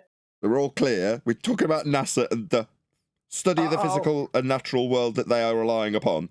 Definitely a category error. Describe a little chain of events that to me is a house of... Sorry, descriptions of chains of events aren't physics. You don't know what physics are, Beardy. Cards that should make everyone question the cosmos. And it starts with Newton's gravity. Definitely not physics. Debunked 109 years ago. Coming up for 110 years old. Out of date. Pseudoscience. Very basic stuff. Where if laws of Newton were not right. you drop an apple, it falls to the ground. And if you look at a cloud, it's risen up from all the gas that turned into water vapor. And the belief is that it falls to the ground. What, the cloud? It's interesting how this makes no sense when I put a little juxtaposition of something going up inside the example. Because obviously if you just talk about the apple, it's almost like everything goes down, isn't it? It's like they're picking on the guy now. He didn't state this is NASA. He talked to people in general, starting their whole paradigm off out in the heliocentric sky vacuum. He's bringing it back to the basics. You don't know what he's going to say. You're just in bad humor and you're looking for someone to pick on. And this individual is getting the front of us. I am in bad humor, but I'm definitely not picking on someone. I'm just going on what he says. I was going to say the reason it bugs me when you do this is because you introduced me to the deception detective. I was a big fan of the behavior panel. And he's not a bit, he's completely contrasting them in what he does. And when his biggest rhetoric, his main point is take people based on what they actually say, not the intonation of how they say it, not the tone, not the timbre, just the words that they actually say. Words have meaning. Use your words carefully. Can you pull a J? Because I think Nathan's right. I think the guy hung himself, Brian. No, he's saying we need to hear more for more context, so I'm not going to pull a J. I'm just going to continue. Because the Earth has a big mass. And mass... Oh, really? Can you define mass for us? Maybe he's making the example on their behalf, so we'll let it continue. Mass attracts mass, and the mass of the... No, that's out of date by 109 years. I already covered this. I preemptively covered this. I'm pretty sure I knew exactly where he's going, and he's gone exactly there. The apple's less than the mass of the Earth, so it falls... Well, really? So gas is definitely a much, much lower gas in this nonsensical, non-defined word of what mass is. It's the apple and it being attracted to the Earth. Okay? Gas, in that paradigm, also has mass. Is mass going down, go boom boom? Yeah, tiny little mass. Definitely in this paradigm going to be attracted to the giant mass of Earth. So gas go down, go boom boom, go splash splash. No, I'm looking up at clouds right now. If I release a helium balloon, it goes up. Yeah, mass is not attracting mass. This is 109 years out of date. Falls down. The question isn't whether the apple falls. We know it does. The question is mass attracting mass? No, I can debunk that with gas behavior. Look up at a cloud and ask yourself, is mass attracting mass? Well, the Earth's got mass. Is it attracting the cloud? What about the vapor that went away from it to make the cloud? Was that going down? Definitely not. That's why it's 109 years out of date.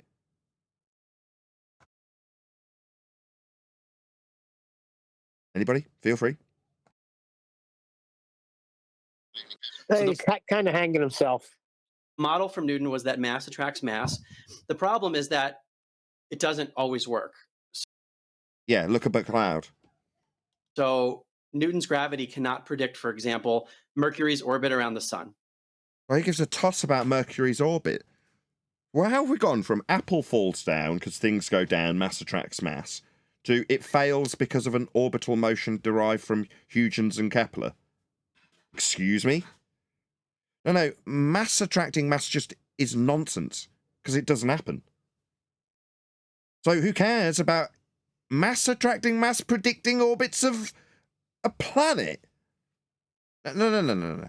Mass doesn't attract mass. Furthermore, I'm working within the paradigm that you've actually defined what mass is. What is it? Is it mole? Is it inertia? Are we going to have an equivocation? Have it both? Define these words. This is 109 years out of date and nonsense. As for Kepler's retrograde motion and Huygens' derived scale, the out-of-date notions of Newton have nothing to do with it. It's completely non sequitur in this regard. It's out of date. It's wrong. Doesn't happen. Not because of orbits, but because mass doesn't attract mass. Debunked by gas behaviour. Go ahead, Brian. Yeah, well, what he's after doing now is, now that we've heard the full of it, is he's after stating originally to not start off with this off-out in this outer space sky vacuum, right, within what he was calling a model. You must go back to basic physics. Then, in fairness, he didn't talk about physics. He talked about things that are pseudoscience and things that even the person who it's claimed developed these ideas never found a hypothesis, which is Newton. But then he went straight from the apple falling to heliocentric outer space. So he just did the very thing he was telling people not to do. So that's a pretty big deal, that it's got some big holes, that it's not a comprehensive model. So what happened next? Einstein had a revised version of gravity, where... Not revised. It's a completely different geometry. He didn't revise it, he superseded it. Why is this revision crap coming from?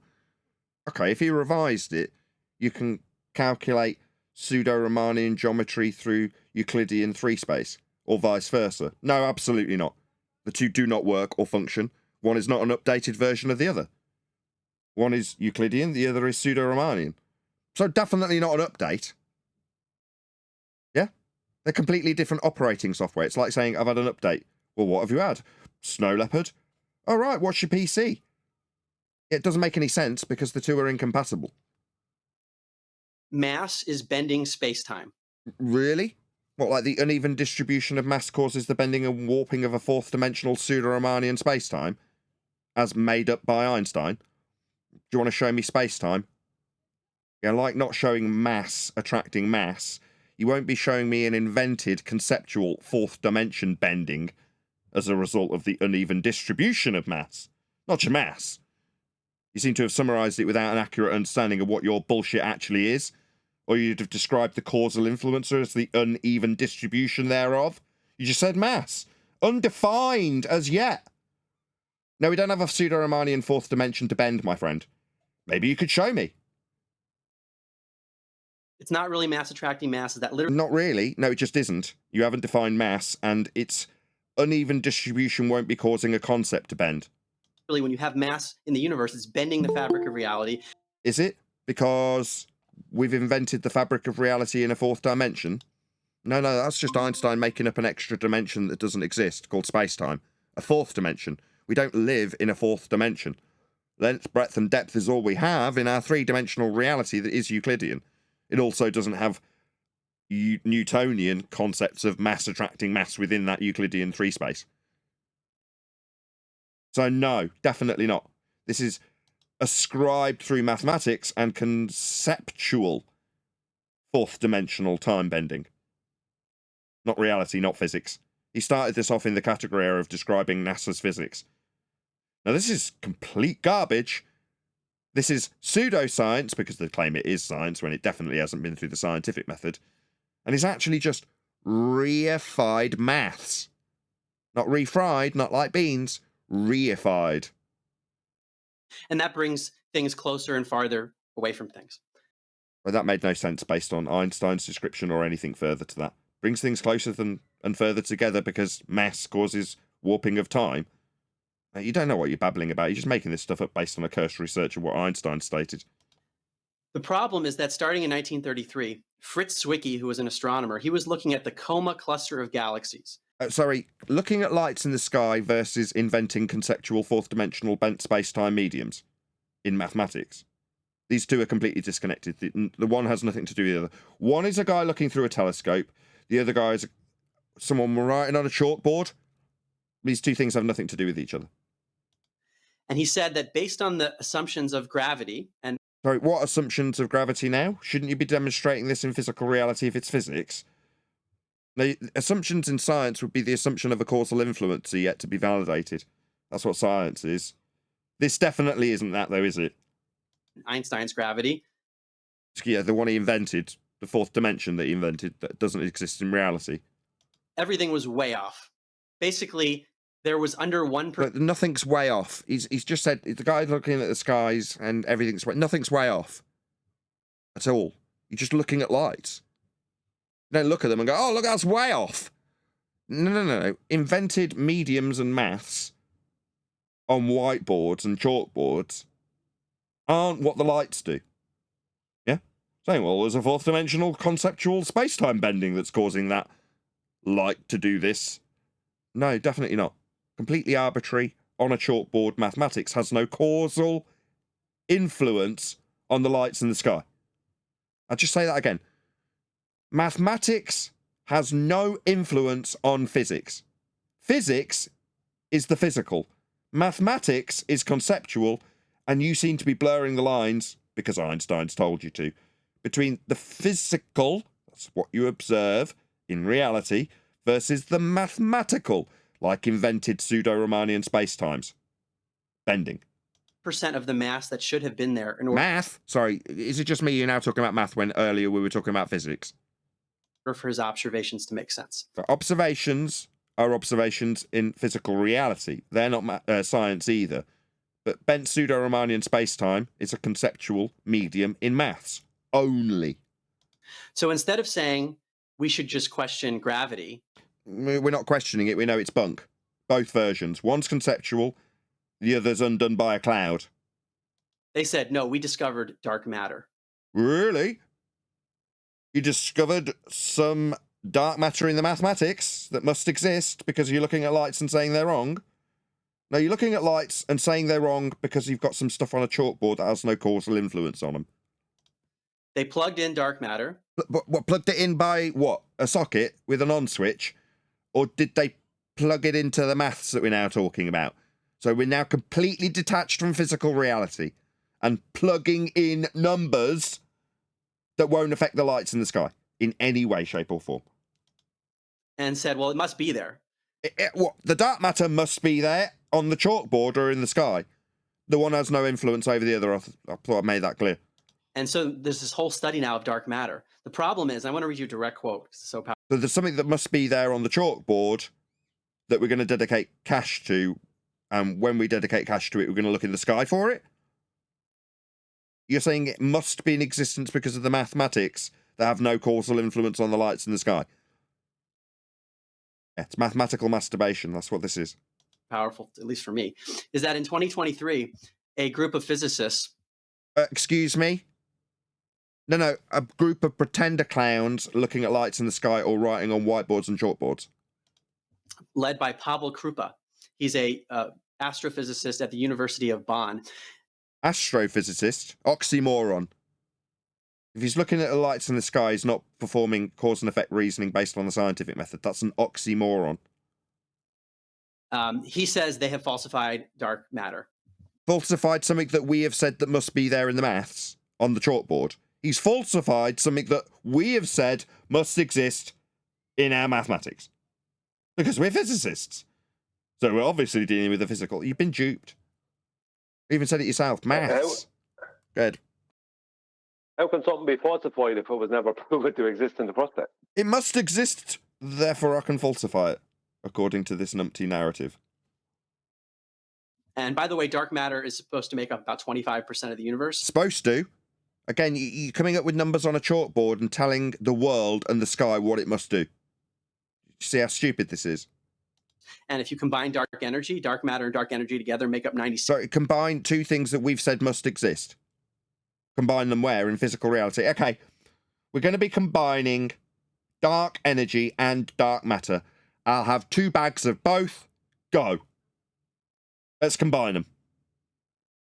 I want to see the both of them first, and then I want to see you combine them. Can I have a bag of dark energy, please? And a dark matter bag also, please. What do you think will happen when we combine these? We're definitely going to get bags of them, aren't we? I'm throwing this out. It's not rhetorical.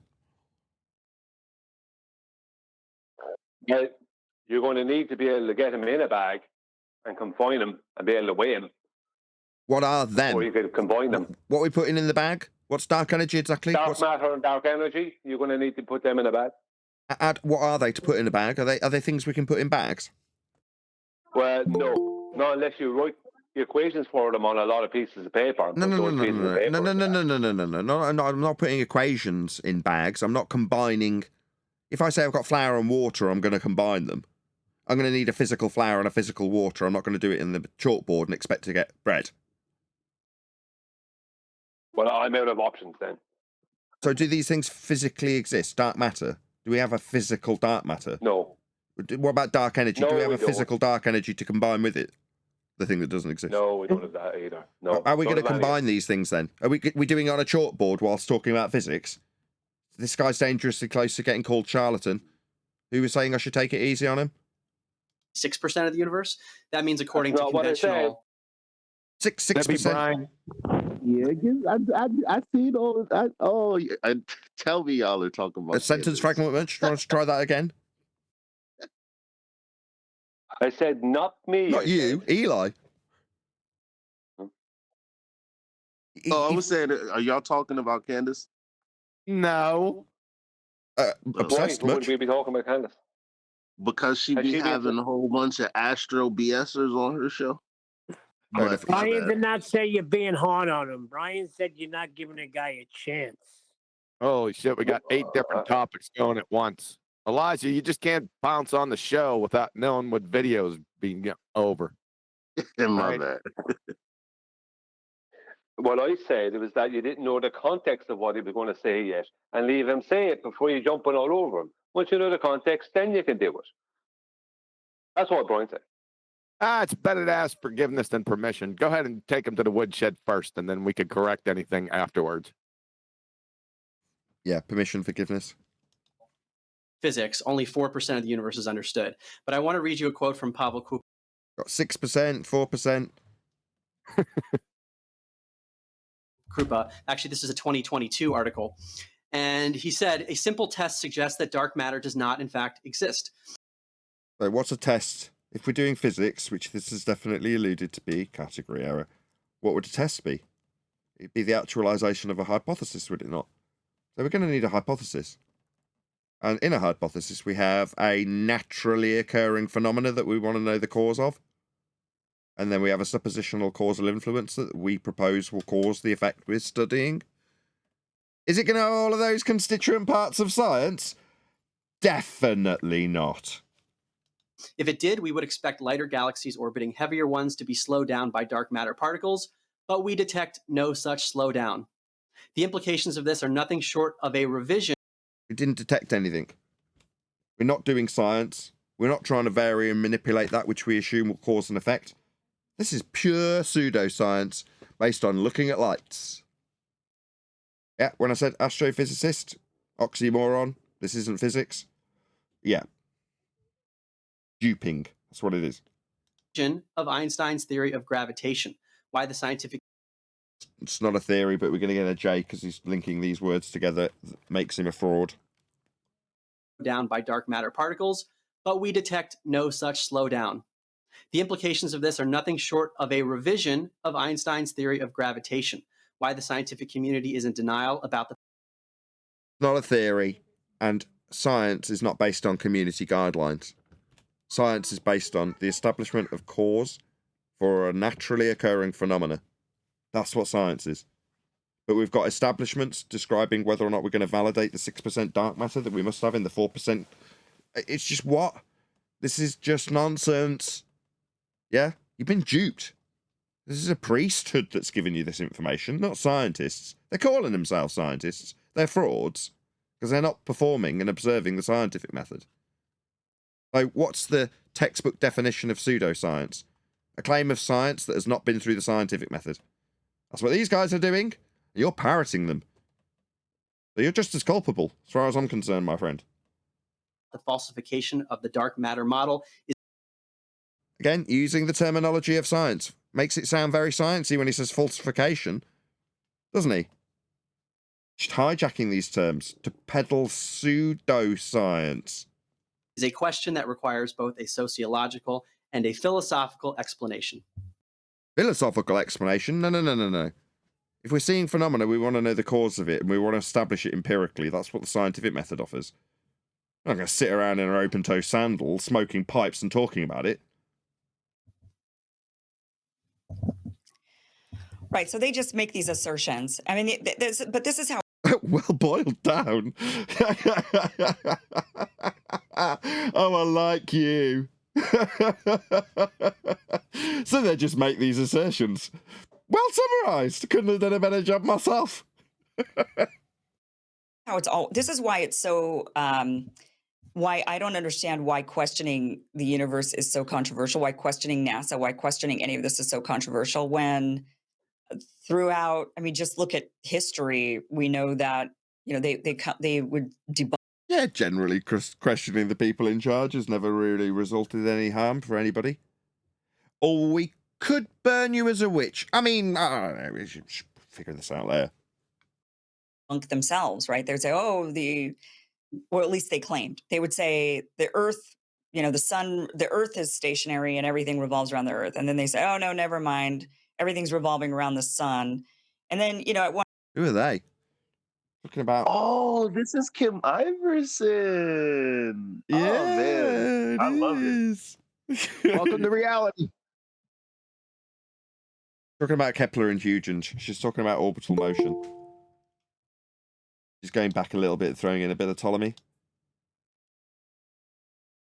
One point, oh, Pluto's a planet. Oh, never mind. Pluto's not a planet. You know, it's like they keep... She's absolutely all over the place now. So she's gone from Ptolemy to Huygens to Kepler, and then now to present day, where some of these lights in the sky in their categorization of size based on Huygens scale is not worthy of the arbitrary scaling system within the values that were derived from flat plane angle measurements of these lights. So therefore Pluto can't be called a planet. I mean, this is nonsense. According to Jaron, it's not Ptolemy, it's Ptolemy. Ptolemy. Ptolemy. He's silent. Coming up with... Not Hey, according Chocolate. to Jaron. They assert something, and then later on they say, okay, it no longer is that assertion, but anybody... Yeah, there you are. You're back on track now. So yeah, they double speak. Yes. Okay, I see why you've done that now. You've thrown in the Pluto thing to say one day it's one thing, and then they arbitrarily decide it's another. Who questioned the assertion while it was an assertion is suddenly a lunatic or just anti-science. And it's like, well, eventually you're going to come around and say that none of this is, that what you just believed was not real. The dark matter issue is a significant issue because they've never been able to, I mean, they just claim that there's this matter that exists, but they don't know anything about it. Right. And it's needed to prop up the entire cosmology. Yeah, that's an accurate statement. So it's needed to prop up a cosmology, but a cosmology is supposed to be a description of what we're actually experiencing, as opposed to a riddled with nonsense and errors paradigm that doesn't quite work based on extrapolations from flat plane measurements. That's what a hoshbotch heliocentrism is when you reify it. So think about how significant that is if it's been falsified. Whoa. Right, and that's You don't falsify models and paradigms and mathematics. This isn't something that falls in the scientific method for falsification. Now, you got the wrong end of the stick when you think about what's being falsified. It's either a good description in mathematics or it isn't. Because that's what maths does, it's just a language. But we're not talking about science and physics, and if we were, we'd be establishing cause for phenomena we observe. the problem. They don't want it falsified. There's no phenomena in dark matter, that's the point. That's why I joked about getting a bag of it. It's a nothing. It's a giant nothing burger. So saying you're falsifying it means nothing. You know, again, it's... Nothing can't exist. Don't start. Because it would... Dark matter right here. Go on, Chocolate. So what you mean? I got a bag of dark matter right here. Where were you earlier? Have you got any dark energy? I need 2 bags of both. I can see if I can get that hot for you. You got your connections, black market, right? Yes, sir. The dark market. That wasn't a race thing. Disrupt all of the others, and then they have to start from square one again, and they don't want to have to do that. I think so, because all of a sudden everything's on the table. If you Was this argument by cliche? have to rethink the basics of gravity and motion, Yeah, copyright Nathan Oakley, 1980. we have to rethink the Big Bang. We have to rethink, like you said, what's known as geocentrism versus heliocentrism. No, we don't. Right, both geocentric and heliocentric worlds require flat plane measurements to give extremities, that's equatorial minimums, of their elevation angles. They're flat Earth measurements of the stars. This is flawed in all regards, whether or not it's geocentric or heliocentric. No, it's flat. You know, we observe the stars parallel to the surface, and we can describe them as being wrapped around us with a perspective view. It doesn't mean that we can then project a world that's spherical to be standing on it, or more accurately, in it, if you're describing heliocentric motion. You ever see a heliocentric description, like a visualization of that paradigm? All of the measurements, if you're going to refer them as that in the visualization, will come from the center of hell. You can't describe any of these movements, that's orbital motions, from the surface of the sphere. It has to be described from the center point on an asymptotically flat plane. So even the universe, when described by the church originally, was flat. What's center point? Center point of the globe that's projected out in heliocentric motion. Well, they don't have a center point in reality, though. No, I know. They'd have to know the radius. Yeah, And then they exactly. have to go there. Precisely, they'd have to know the radius to get the center point. Well, what's the radius based on? So it's a big old reverse stuffed nothing burger. Yep, absolutely. Earth is at the center. Heliocentrism is the current model that we revolve around the sun at the center. We have to Not a model. It's maths that's been turned into a paradigm that you have reified into existence. rethink potentially the mechanics of Earth, the shape of Earth, all this. Mechanics, that makes it sound like it's got some physicality to it. No. No, these mathematics are extrapolations from flat plane measurements, right? That's the first thing. That's all that really matters. But in order to better predict where the stars might appear in the sky at given times on our calendar, you have certain characters that are charged with making better predictions. So epicycles turn into retrograde motion in a paradigm that's described from the center of hell on an asymptotically flat plane in an elliptical motion scaled by Huygens. And that's a world that you believe you live in, but it started off life as just a mathematics for better predicting where the lights would be. The stuff to me becomes fair game if the basics are wrong of cosmology. There's nothing wrong with the basics. The basics are angle measurements off a flat plane. Wix. Give.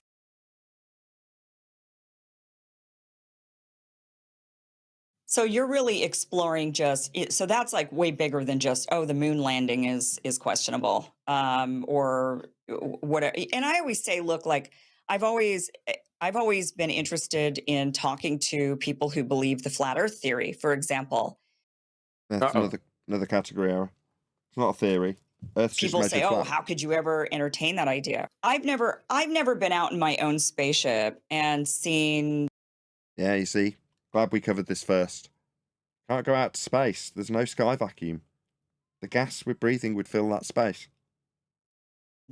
The Earth, from I have to believe everything I believe when it comes to whether or not the Earth is round or. She's literally getting choked up over this. This is great. Or what's out in space or any of this stuff. I just have to take it really on faith. I was just saying, well, it's a faith belief. Absolutely correct. You do. You have to take it on faith that there's an area above your head, vast in nature, scaled by Huygens. I have to blind believe. faith. Say again? Not just faith, blind faith. Yep, completely blind faith. Yeah, that's absolutely right. Believe that the person isn't lying to me because it doesn't matter. Lies aren't really the problem here. It's validation that you don't have. So you've already covered it. Blind faith is what you've got. It appeals to their motivation, lies or otherwise. Is it right or isn't it? Can you have a sky vacuum? No. I cannot verify for myself, and You can. We can give you the tools. You just need the description of how gas behaves. Second law of thermodynamics is the tool you need to know beyond all doubt that all claims you have been given about that area you call space, when you said, I'll go out to space, well, that's a heliocentric sky vacuum, only necessitated by this mathematics for better predicting where stars will be. Well, that doesn't mean you've got a sky vacuum above your head, my love. It definitely is, and it violates the second law of thermodynamics. Go ahead, Kiwi. Yeah, so all she needs to know is the second law of thermodynamics and pitch data. Yep. That's really all there is. I'm pretty sure that would do it for her. Yep. Person like her, she'd be like, wow. Well, contact her. Kiwi's that's right on cue, That's right? probably harder than getting to Candace Owens. Really? Please let Kim know at Nathan Oakley 1980 sent me. That's all one word, at sign and Nathan Oakley 1980, all sandwiched together as one word, sent me with a polite, non-sweary, non-abusive comment that basically points out that we have covered their video and responded to them. The idea being that if they were to respond to us and put a link, they would do the same. They'd put a link to my video. So please let them, moreover Kim, know at Nathan Oakley 1980 sent me. And yeah, give her a few more views, increase her algorithmic exposure by increasing the comments on her video. Hopefully she'd do the same for me. But yeah, let her know. Absolutely, Kiwi. So I don't believe anything unless I can verify it for myself, which is most stuff. So most stuff I have to take on faith. That's just the reality of life. No, I don't think I agree. Do I agree? No, I don't agree. I don't have to take most things on faith. In fact, I'm normally pretty apprehensive when I have to do that. Go ahead, whoever that is. She said for her to believe something, she has to validate it. Then it's not a belief anymore. Right. It's knowledge. But we're so indoctrinated into accepting a belief. You know, we're asked as flat earthers, why do you believe the earth is flat? Oh, you want to know why I believe the earth's a globe? People are accepting of this notion that belief is fine. No? Definitely not. If you don't have a belief, it's because you know something. Or if you don't know, you just don't know. Then you can choose to believe in it. People are entitled to their beliefs, and people are entitled to believe they're on a globe, and that's all the globe is, a belief. Flat Earth, however, is not a theory. It's based on the measurements of Earth. We know it's flat. Go on. Who said that people are entitled to their beliefs? Who said that? Me. Oh, all right. I'm telling you, you're entitled to your belief. If you believe your dog's going to last another 10 years, then you're entitled to that belief. I don't have a dog. If you want to believe that dog you don't have will last another 10 years, you are entitled. So you're just a philosopher, right? People aren't entitled to their beliefs. That's just your philosophy. No, it's my way of saying I don't care. If you want to believe that you're on a globe, don't tell me about it because I don't care. That's another way of you said people are entitled to their beliefs. That's a philosophical statement from you. With the exception of Quantum Eraser, people are entitled to their beliefs. God, that's fine.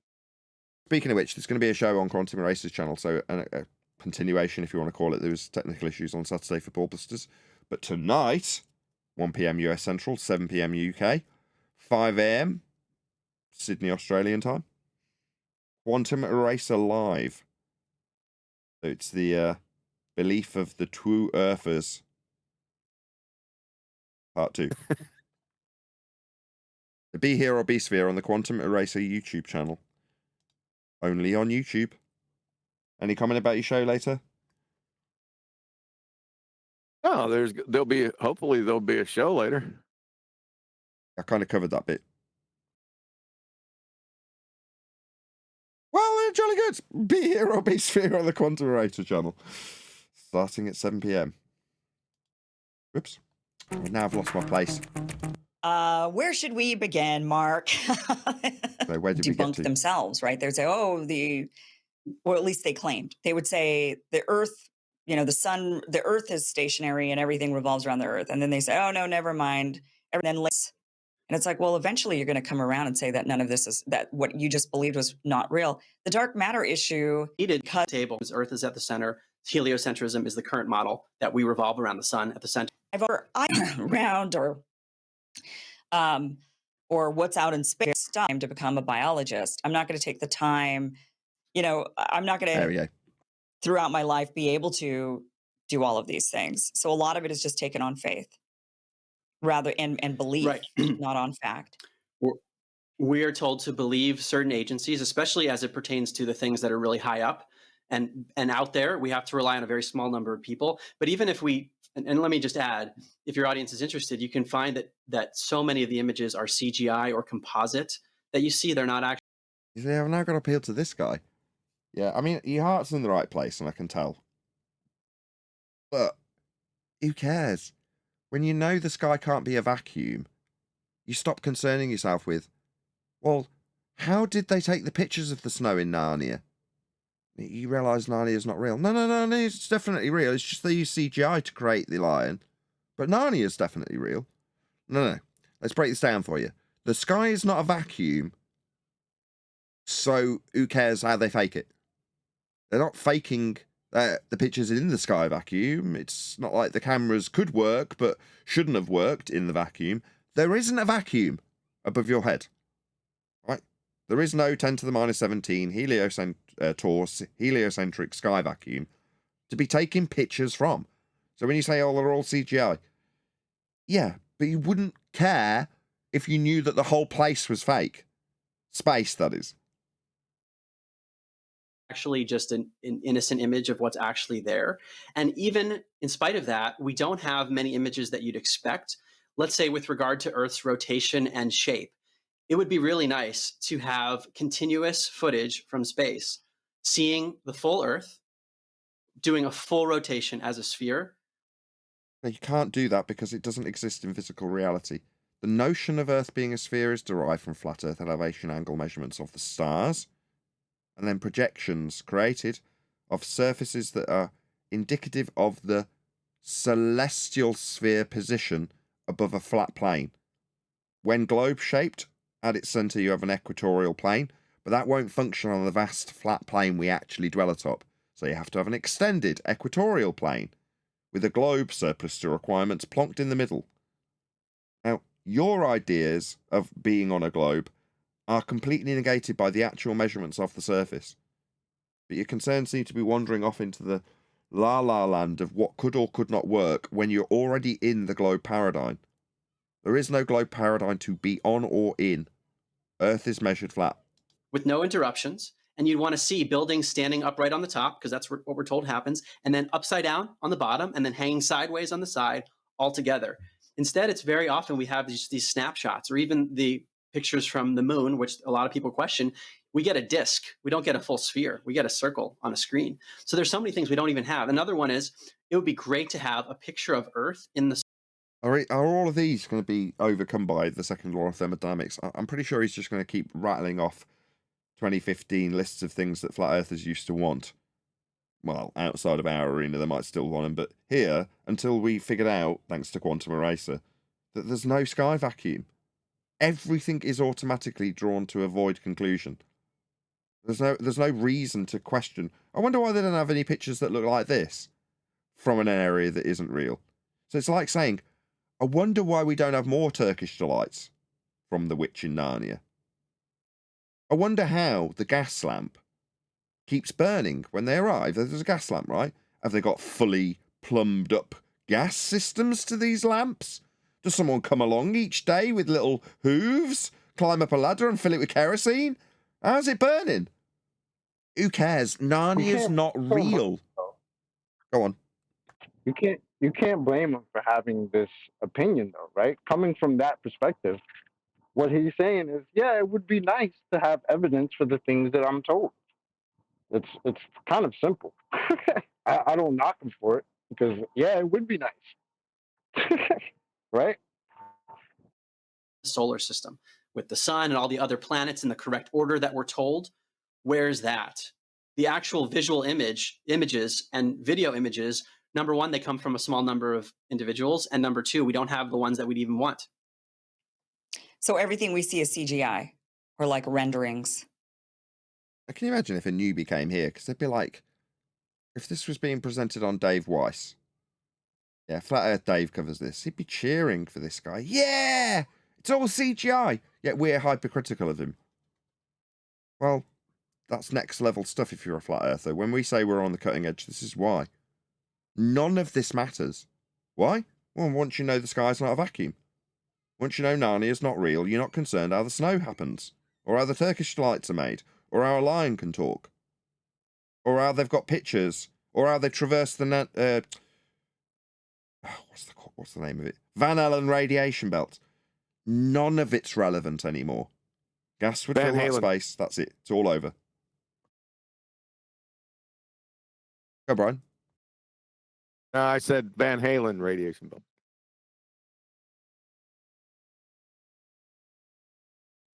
Much of it is, especially from NASA. So there was a big announcement. So in 1972, they say that was the last non-composite image from the moon. And there are others that have come out, but if you look into them, they're composites of various images put together. The blue marble, which was on the iPhone, and so it became very popular.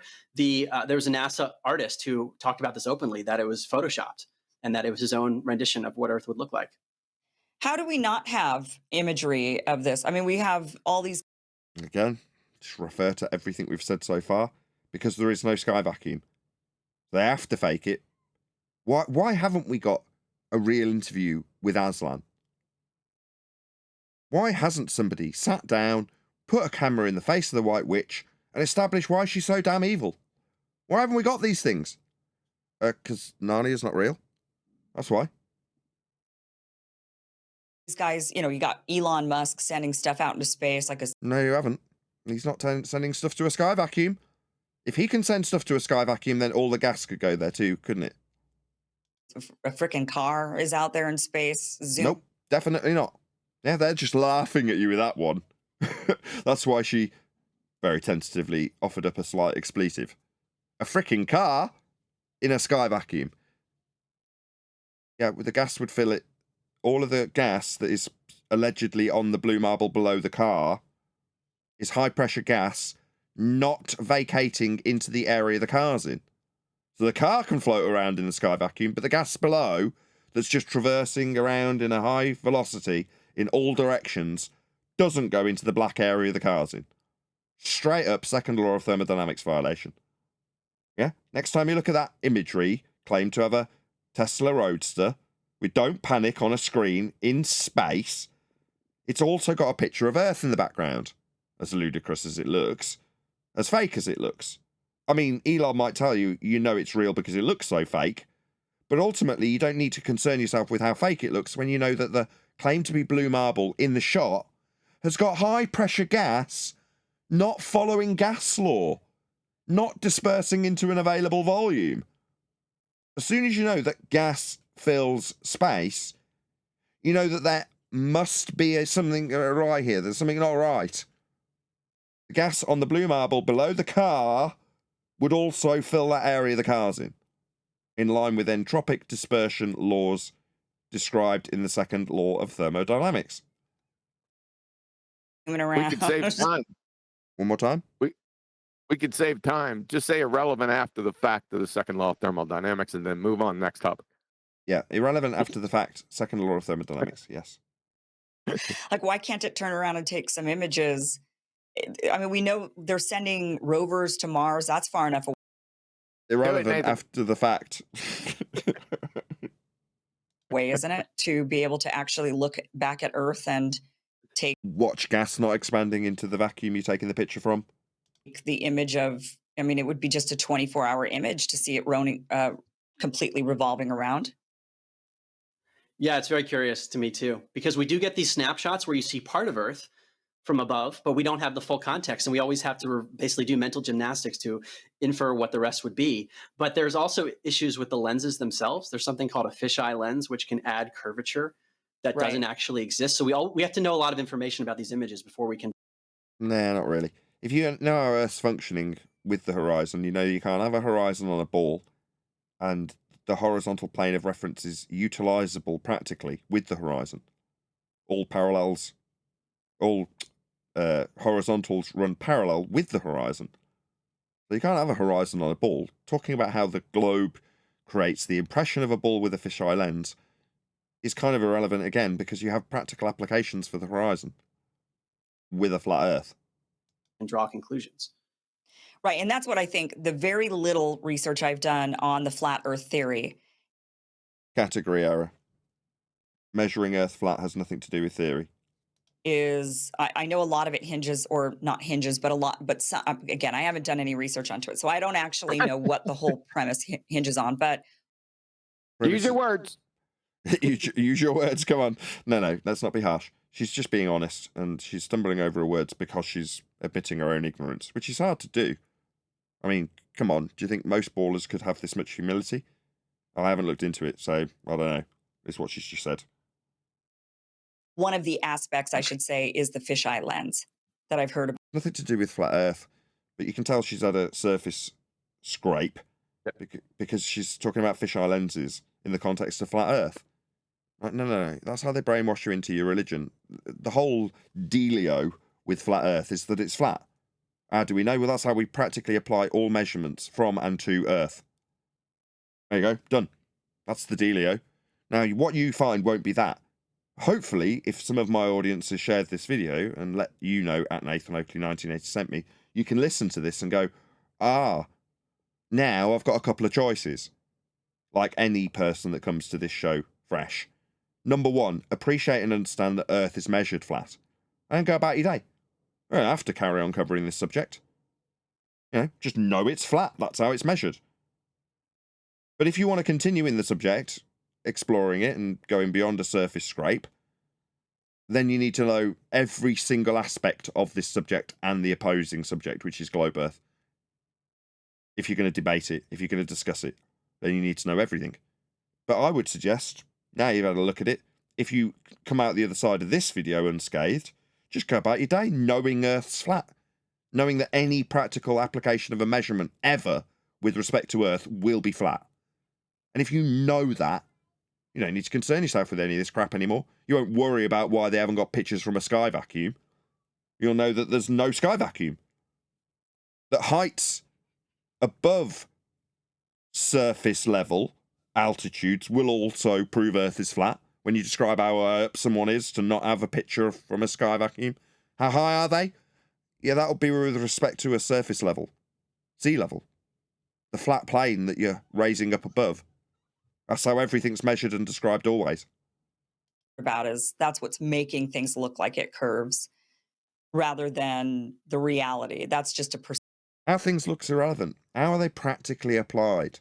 The horizon has a practical application for establishing horizontal planes. Yeah, kind of shocking given its words actually meets its own definition. Yeah, so what they tell you about distortions of the horizon as a practical application is irrelevant. How it seems to look is irrelevant. How's it measured? Flat. That's how Earth's measured. Perception thing because of the lenses. That's one piece that people look at. There's what I call in the book globe skepticism. I would call it distinct from flat Earth, because flat Earth proposes for sure Earth is one way. But globe skepticism says we are told Earth is a sphere, more specifically an oblate spheroid. So it's not perfectly spherical, basically a sphere. Again, he's majoring on the minors when he goes through the highlights of the details of what a globe Earth paradigm is. Number one, most of your audience already understands. Number two, if you're going to define what makes a sphere Earth in the heliocentric paradigm, it's nothing to do with being a oblate spheroid. You're just parroting off some crap you got from Tyson. It has a fixed radial value to work with areas of equal elevation at radius value 3959. That's the distinction that makes a heliocentric globe Earth in that paradigm. Not oblate. What's he babbling about? Surface regurgitation. Yeah. I kind of disagree with your prior statement that it doesn't matter how it doesn't matter how it looks. I think it does, right? Because it's observed flat and stationary. So we don't ever see anything circular or spherical, right? So why would we go there? The All I mean by default that is a flat it's state. not going there, it's stopping there. Just how it looks is irrelevant. How it looks to be practically applied with a measurement through a sextant, for example, is definitely you looking at it, but observing it to practically measure it, as opposed to just looking at it. And looking at it, I know this is a beyond requirements, but NASA would have to redact over 50 years of their images because there's no oblate spheroids in all those images. Just for their audience, right? The 2015 audience. I don't care about the images. The images have come from sky vacuums, and the maths gives you a radial value of 3959, set in stone, because it must reverse engineer into the angles that come off a flat plane when you're drawing out circles of equal elevation and practically applying it to not dying at sea. I know, but for the Kant-Fogmerians, when he says oblate spheroid, just look at the photos or images of NASA. You follow that? Yes, they're not oblate. I agree with that. They're just it's not oblate. Circles. A radius value of roughly 4,000 miles. It's very What? 3959. Very specific. specific. And many challenges to that model are looking at the radius value, for example. There are people. Not a model. It's a paradigm created from extrapolated maths from flat Earth angles, reified in existence in current terminology, but previously put to practical use for better predicting where the stars would be. And the stars are measured parallel with the plane we dwell atop. People who claim they can see things that should not be visible. No, this is garbage. No, this is taking surface level and eye level and claiming that there's a point below surface level that is flat, called Earth curve, that should block your view in an orthographic representation that puts you without a perspective view, and an inference that there's a point below the surface level when you exclude perspective. So this claim that it's about to launch into has nothing to do with flat Earth and everything to do with mathematics that require a flat Earth to function to suggest that there's a physical limitation to your view called Earth curve. Now, working within that paradigm that we do definitely have a physical geometric sphere edge to block our view of boats and buildings bottom up, has been debunked in 2020 by the Black Swan argument. If the Earth is a sphere with a radius of 3959 miles, then every distance to horizon measurement can be no more than 1.2 times the square root of the observer's height in feet. Distance to horizon measurement in the Black Swan is beyond the geometric limitations at 1.2 times the square root of the observer's height in feet. Therefore, the horizon is not Earth curve, and the Earth is not a sphere. Black Swan 2020. Because these objects should be blocked by Earth's curvature. Should they? And yet they can see them. So yes. I just need to add in there. I'm listening to a lot of stuff here. I was away, so I couldn't add in. I would have been adding in a lot. Within their own mathematics, they claim that the horizon is not the leading geometric edge of a globe out. They claim refraction. It's optical. Yeah. It doesn't matter what they claim, they're not claiming it's geometric. They're not claiming it's physical Earth curve. That's all that matters. Not anymore. Not since 2020, Well, they were my friend. always claiming that. It was just hidden from the public. Yeah, it was always, strictly speaking, refracted. Yeah, to different degrees, from moment to moment, hour to hour, day to day. The point being is that they've always claimed that it's not, the horizon is not the leading geometric edge of a sphere out, but they've given when I say they've hid it, they gave the public the impression by teaching kids in school that boats are going over the horizon and that this and that and everything is being blocked by the horizon, when they knew all along that the horizon was not a physical geometric location. Now, the word horizon means it's impossible for it to be a globe edge anyway because it's horizontal. But the point is that their claims concerning a globe's geometric edge that's blocking things or things are going over, they've never claimed that what we view as the horizon, they've actually never claimed that that is the edge of their globe. But they gave the impression they did And they taught it to kids in school that was what was happening. And they taught it to adults that was what was happening. But it was never happening. And they knew it all along, as proven by their own mathematics. So that's something that should be replicated by a lot of people, including space agencies. Because shouldn't you just take out a telescope and say, well, we know the math of Earth, this building should be blocked because it's way below the curve. Like if you were trying to see around a bend, for example, you wouldn't be able to see something because it's around the bend. So that these are very easy experiments that people should be able to run. Not experiments. Taking an idea that there should be an obstruction, but isn't. I mean, that, as far as I'm concerned, what year are we in? 2024, is just I open my eyes and see something. There it is. Lighthouse, boat. What's that you say? You're a globe believer, and you don't like me just pointing out that I see a boat. What's the problem? Oh, it's not a boat. It's actually a reified sphere edge horizon that should be blocking the boat but isn't. Therefore, what we're seeing isn't really there and is therefore a holographic projection of the boat from behind the sphere edge that we're not seeing. Therefore, it's a mirage. Because we should have Earth curve and haven't, says a globe believer. What's my response to that nonsense string of garbage? I just see a boat. There it is. I see it. I don't have to give an explanation. None is required. Run. And then there are just so many anomalies with the globe that we could go into if you want, but that's often the challenge. And people will say, well, I'm not sure exactly what Earth is, but I know it's not a spinning globe. And this actually what initially got me interested. A man named Stephen A. Young, he wrote a book this year called A Fool's Wisdom. He's a theoretical physics PhD, and he came to the same conclusion where people were throwing around flat Earth, and he was like, nah, that can't be true. And he says, look, I don't know what Earth is, but the globe model has been falsified, basically. Sorry, can I just point? Yeah, go ahead. I was probably going to say the same thing. Absolute horsemeal. No, I absolutely, me, Brian's Logic, right, on YouTube, absolutely does know that the Earth is flat and stationary and can prove it with measurement of several different types that measure the Earth in massive expanses. Have absolutely no doubt that the Earth is flat. It had to be measured that way, right? Measured to be a horizontal plane for the latitude and longitude grid to be created. And that is what was mathematically back engineered and turned into what you think is a globe.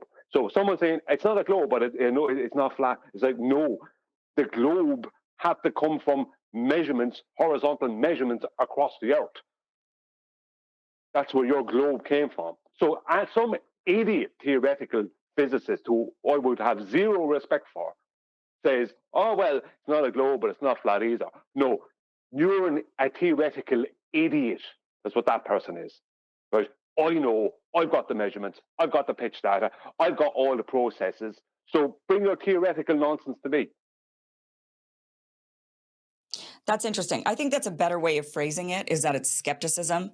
You know, and that's what I say about the moon landing. I don't know if it happened or if it didn't happen, but I'm certainly not going to believe it just happened. I mean, I'm super skeptical. I don't know. I mean, it's possible it could have happened. Again, I don't know, but I also don't know if it did. And there's just enough evidence for me to question it and to think that there's just too. I would think that you would have guarded those tapes with your life. The greatest achievement of mankind, and you didn't guard those damn tapes. The greatest achievement of mankind, and yeah, I mean, and no other country's gone back. I mean, and the answer is, well, they didn't need to. No, the answer is they never went to begin with. The whole thing's a great big lie. And anybody who says that they went through a sky vacuum, have visited a sky vacuum, or journeyed to the moon via a sky vacuum, they're all liars. Automatically. She's not lying, though. Because we did it? Oh, okay. So that doesn't, they do everything. Everybody copies.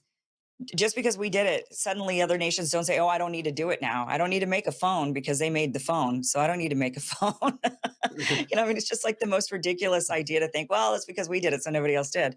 There's just so many questions around it. I think a good way to frame it is skepticism. And that's interesting that.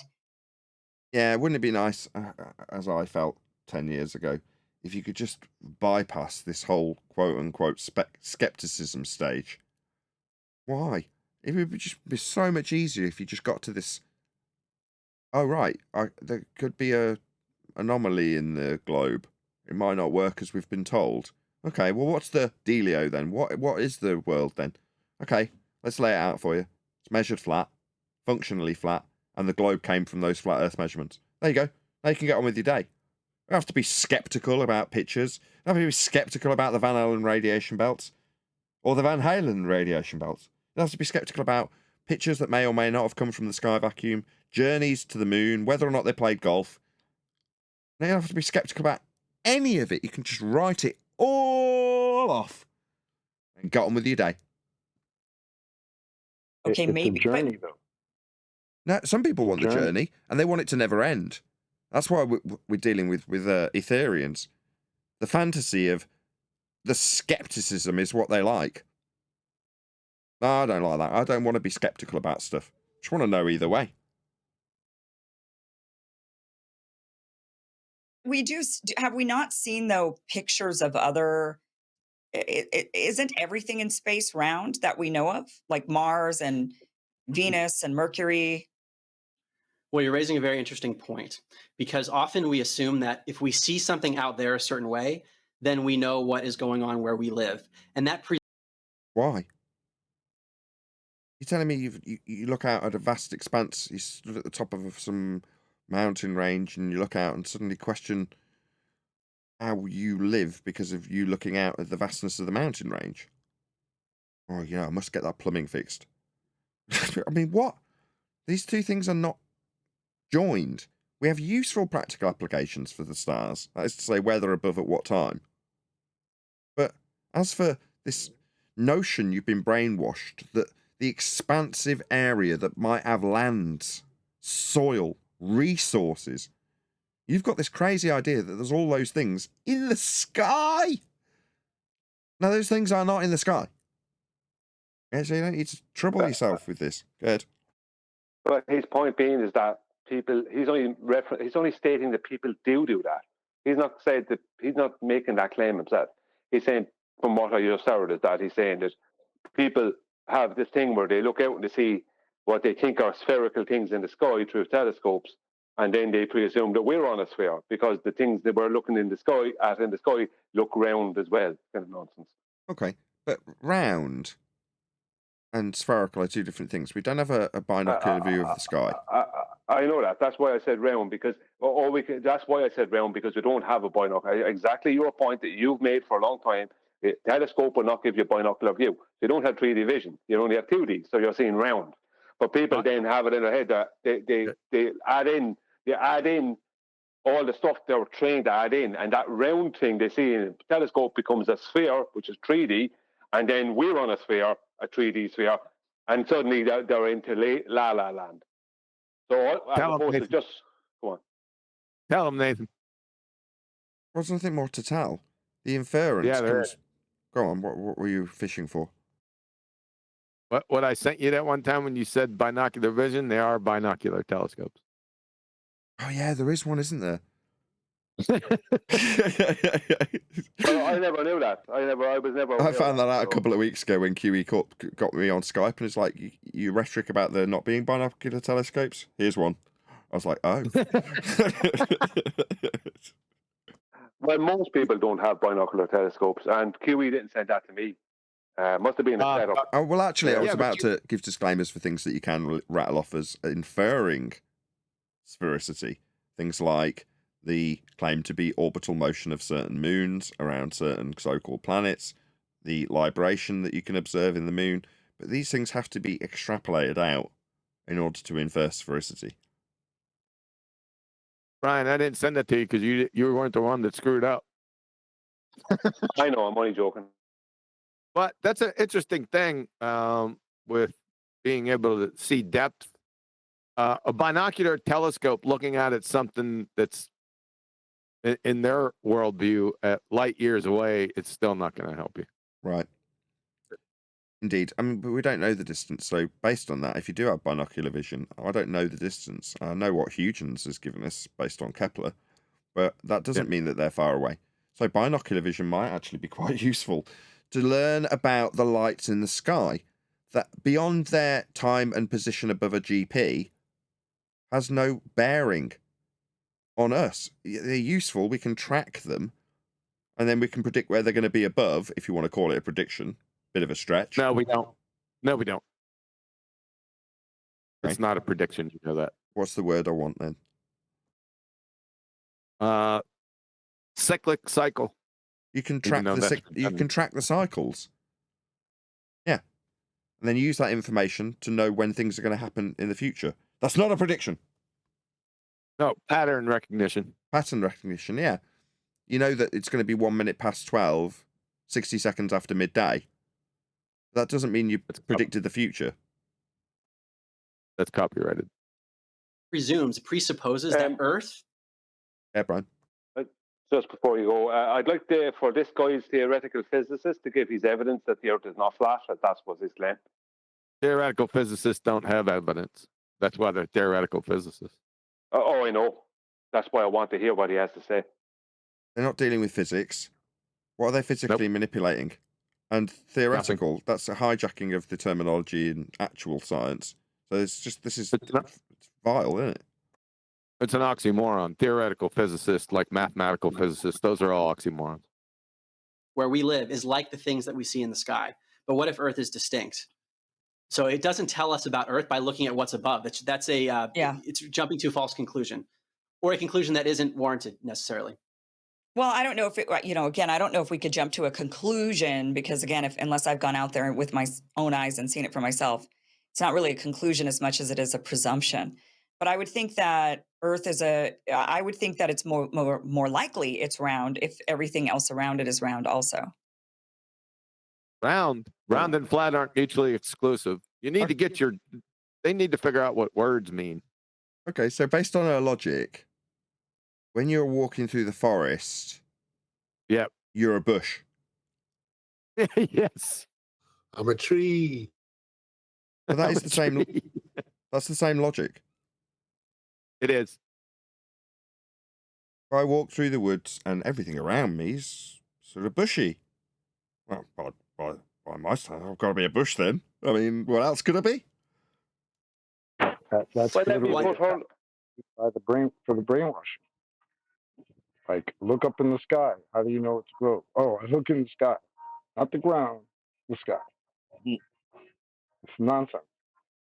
You could argue that if you look in the sky, you can see flat discs, so that makes us on a flat disc as well. By the same logic, but it'd be just as fallacious. Also, how do I know the sky is blue? Well, see, every day there's this shadow that my building, because the sun has. I'm looking at the word. When we're like, how does it measure? And they're like, well, see, Copernicus. It's like, what are y'all are so far. Like, what are you talking about? The ground. Stop looking at the sky. The ground. Ask you a question about the ground. To what's known as the Copernican principle, which Copernicus basically pushed the heliocentric model that the sun's at the center rather than Earth. And for the last several hundred years, we've been in that model. But the Copernican principle basically posits that Earth does not occupy a special place in the cosmos, that we're just one of many others. And in the book, I challenge that from many perspectives, including the cosmic microwave background. There's a lot of science that says, wait, maybe Earth does occupy a special place. Science that suggests it? No. None of this is science. Let's just go through what science is. Because you said it so much. Go ahead first. Sorry, I was just going to say, but that special place must be avoided at all costs. Thanks, Hubble. Yeah, thanks, Hubble. Okay, so if you're going to claim something science, it is an application of the scientific method. That's physics, right? It comes under the subcategory. The heading is physics, yeah? And what is physics? It's the study of the physical natural world. What does that study involve? It involves a process, a method, called the scientific method. So that's what science is. Science is physics. So if you're doing physics, if you're doing science, you're adhering to the scientific method. So what's the scientific method? Step 1, observe a natural phenomena. That is to say, something in nature that is happening that you go, I wonder why that happened.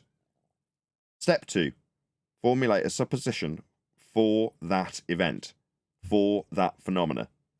Your suppositional statement can be described as the independent variable and the phenomena you are studying can be described as the dependent variable. The independent variable is a suppositional statement yet to be validated, and the dependent variable is your phenomena you are studying. When you have those two things, you have all of the constituent parts of a scientific prediction. It can be formulated into an if and then statement. If independent variable, then dependent variable.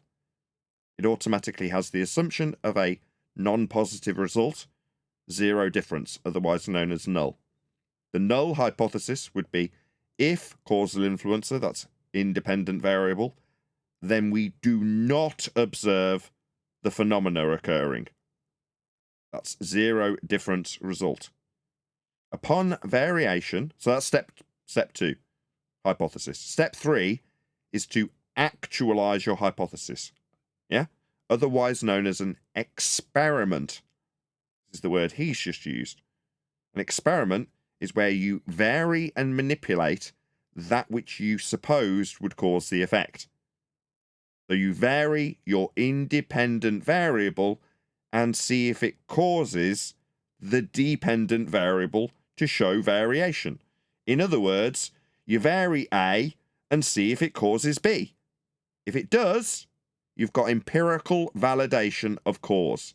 If it does not, you've got empirical validation that it isn't the cause. So you always get empirical validation at the end of the process. That's the beauty of this method. It is empirical. Now, what do we get with pseudoscience astrophysicists? Well, them looking at lights in the sky and then telling you that they've done science. Now, what is pseudoscience? It is a claim of science that has not been through the scientific method. Not elucidating the cause of a natural phenomena. No suppositional statements put into a hypothesis. That's a scientific prediction. No actualization and validation of cause. That's where your falsifiability comes in. So that's what we are doing if we are doing an experiment. In which case, the notion that where we live is distinct from the lights that we see in the sky, that's more plausible to me. But also, I just think from a logical perspective, the analogy that's often given is that we don't necessarily know about the ceiling by studying, we don't know about the floor by studying the ceiling. I mean, there is something that is very distinct about Earth that we don't have in the objects around us, and that's life, right? We have a very distinct ecosystem. So she's saying in the objects around us. So in your paradigm, so you're stuck in this paradigm because you've been brainwashed with it. So you don't know what you don't know, and you don't know that what you do know is wrong. So in this case, when you describe that we have life, what on the plane that we dwell atop, on the Earth, the bit that can grow food and sustain life, unlike the sky that has the gases we all breathe, but nothing else to sustain the life. Well, biggest entropy generator there is, but beyond that, we're not going to get the soil and the sustenance from the sky. But in your paradigm, you're still suggesting that there might be mineable, visitable planets that are made of rock and floating around in a sky vacuum. You're saying, well, thus far, what, there isn't life on the lights in the sky? Well, why would there be? They're lights in the sky. The life's on the ground. That's what we experience and know, and there's no exception to that. Don't say birds. That's her brain trying to work it out. You could see like she's going through the motions, right? You can kind of see it or hear it, I guess, right? Because she just established, we look up and everything is round like us, right? But now she's trying to say, but no, we're actually different, right? There is a difference between here and what we look up above our heads. She's trying to work it out, man. I think it's good. Yeah. System, a very distinct,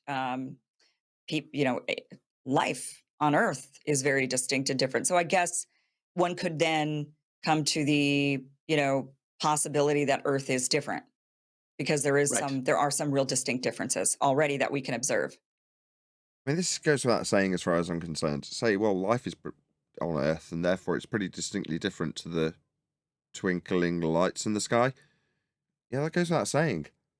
but for the fact that you have a paradigm where you believe that they're rocks that potentially could have life, but we haven't discovered any yet, and therefore what we have is very different to those rocks that don't have life, like, you're making this comparison within a paradigm that makes no sense. Just break it back down to what you actually experience, and you're saying the ground we experience is very different to the sky we experience. Yeah, it is. So how profound. Perhaps At least it is different. At least as a possibility. But one thought that comes to mind, Kim, is if Earth were a sphere, shouldn't it be really easy to just dig all the way down and then end out on the other side of space on the bottom? And so the problem is we've only been able to dig down under 8 miles. That's the farthest any digging expedition has gone. And the radius. I mean, this is like the calmest rendition of all 2015 arguments ever, isn't it?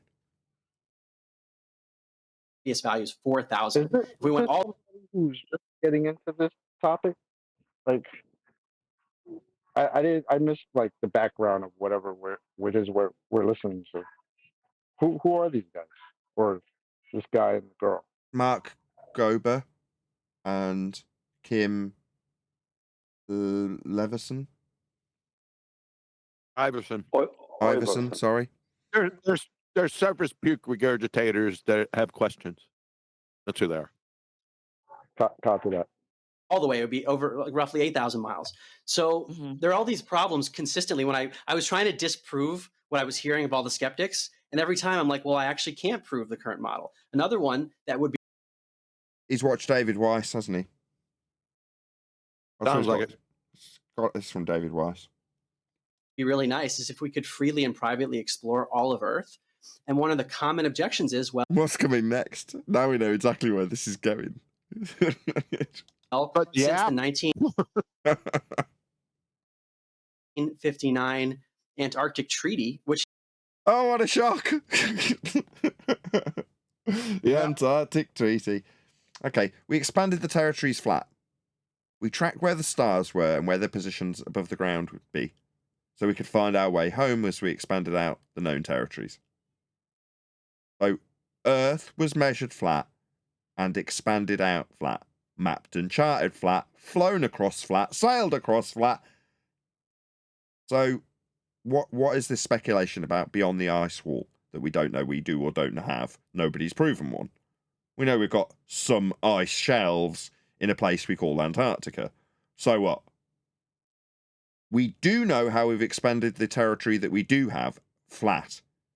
So if I'm going to lean in this argument, I'm going to lean in on what we definitely do know, rather than the speculative garbage you're given by Ethereum nonsense spewers to lean on.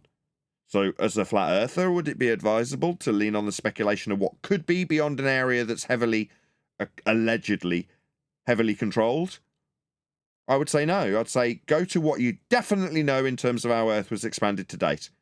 Was it done globe-shaped? Definitely not. Wouldn't have elevation angles finding our way home if it was done globe-shaped. You can't get angles from curves. That's why all the maps are flat, because that's how it was mapped and charted with respect to the plane, sea level. That's how Earth was expanded. Who gives a toss about this surface puke regurgitated from Dave Weiss? Which interestingly was signed by the US and the Soviet Union, among others, but the US and the Soviet Union were supposed to be in a Cold War. They also signed a space treaty, so that's interesting. But in any event, it restricts free and private access of Antarctica below the 60th south latitude. And that doesn't mean, some people go to parts of Antarctica, but we need to explore the whole thing. Sounds like double speak to me. Can't go to Ireland, you're not allowed. I mean, there's people living in Ireland and you're allowed to fly there. So, which is it? We can't go down there, or people regularly go down there. If you can't recognise doublespeak when you're actually saying it in the same sentence, then there's no hope for you, as far as I'm concerned. To know exactly what it is, every part of it. And that's restricted. So we actually don't have... Unless you go down there. The ability right now with our current knowledge to... So we don't have the ability to go down there, but we can go down there. Know what Earth is. Well, and that's what... Down to the bottom of a ball on the presupposed heliocentric paradigm. What I find so strange is... Yeah, shut up, my paneler. Yes, no, not much you'll get past them. I'm not allowed it either. Even when I just love, for fun, I go onto Google Maps or My mouth's hurting. You made me smile, and now my mouth's hurting. Thank you, Brian. But you are sharp. Apple Maps, and I'll go to places in the world and do like street view walkthroughs or It's Cartesian, flat. It's got miles and kilometers laid out in scales. Yeah, flat. Grid. Just to see what different places are like and all of. Brian? Let me know if there's too much background noise. I'll go on mute. No, you're fine. You're fine. But the reason why it's important to pick on things like that, it's not to be an a-hole about it, right? The reason why it's important, there's an indoctrination after taking place through basically everyone's lives. So whatever amount of years you've been alive, you've been told about this place that's down there. So when you keep on using the term, not you personally, but as Kiwi would say, the royal you, stating we're going down there, you're keeping something alive in your mind that isn't real. And that's why people might think, oh, our panel are too pedantic, whatever. No, it's not about being pedantic. It's about unbrainwashing you. That's because what it's people about. are under spells with Exactly. words. And when you say a word, it triggers a person who's indoctrinated imagination. And when you say down under, the only thing a person can think about for a place they haven't been, Australia, is it's underneath us somewhere. Yeah, you can't be. Where's Brian? Which is very important. What's Brian doing? You running a potato skin marathon or something? Yes, he's Irish. That's correct. So out of breath. I'm walking. You're walking and you're out of breath. Anyway, so what Brian's trying to point out is that there's an assumption of antipodal. When I say down, right, down is not a word you can use unless you're referencing a flat plane. But when they use it contextually to describe Antarctica, they're not describing down, they're describing travelling antipodal from an original position in the north. Well, we don't travel antipodal with respect to a ball. We travel across a flat plane. When described in the celestial sphere, you can describe two antipodal flat planes, one north, one south. But the axis itself requires a flat plane to describe. All of the angles have to reference a single flat plane to be able to navigate on the surface. There is no antipodal on the bottom of a ball. When I say down, Brian's calling me because I'm incorrect in that terminology, and he's saying you've got to get this out of your system because every time you drop it in without caveat, it just reaffirms the illusion that people are already buying into. All right, so when I go to Antarctica, I'm going to be dangling off the bottom of a ball when I get there. No, there is no down on a ball. You need a flat plane of reference to use that term. Models. Well, Go on, Brian. Sorry, just so you know, when I hear you say it, it instantly puts me thinking of it as down. And that's why I know it's doing it to everyone else. And even me, who's been at this for years, even I'm straight away as soon as I hear it, because down is a vector. Yeah, it's a double-edged sword. When we say all roads lead to a flat Earth, we have to understand that our own verbiage reifies their paradigm for them. So it stops them having to do it.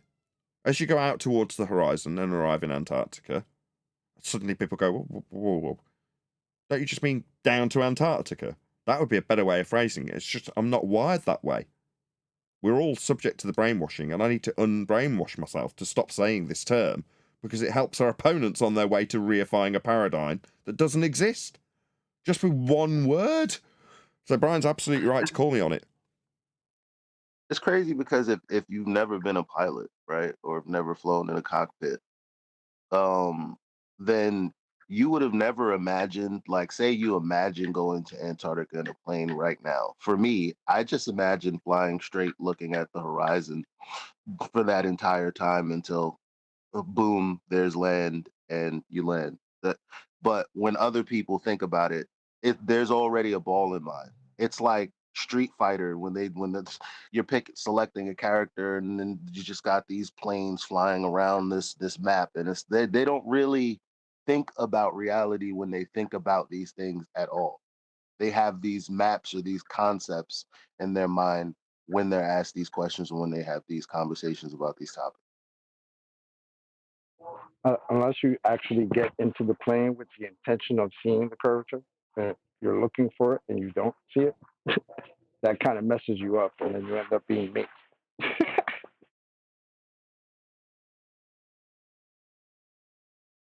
Right. Hold on one sec. My wife's actually talking to me. Sorry. Let's play a bit more video. How Of dare this. you? And one thing that I find so strange is when I zoom out and I get the globe, I can spin the globe around. But you know what I can't do? I can't spin it upside down. I can't see all of Antarctica. It doesn't let me. There's like as if satellites are like, how is that possible? What was the term you used, QE? All superseded by the second law or something like that. Notwithstanding the second law. I can't remember what you said.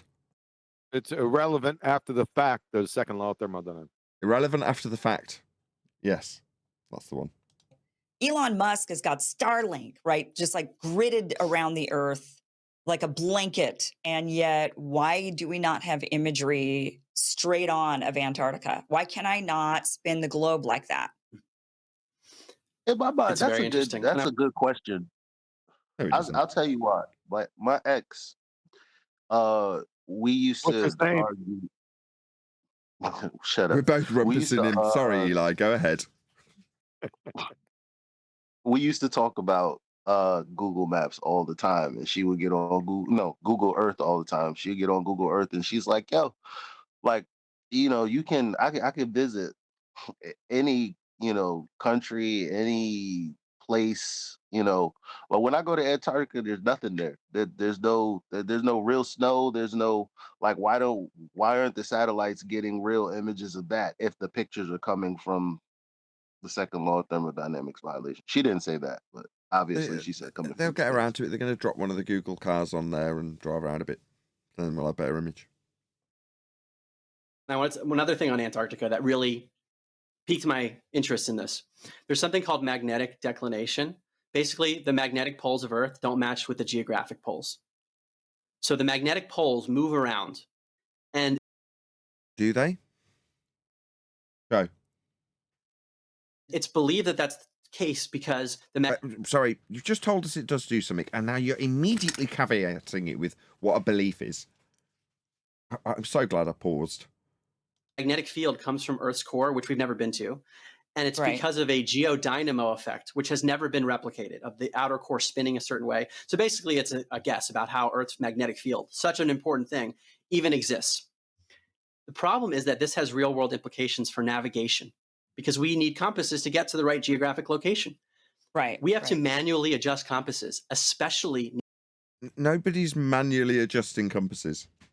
Again, we're taking these concepts that have been distorted by people and suggesting that we have to change how something physically operates. A compass will always do exactly the same thing. We're not making an adjustment to the compass, right?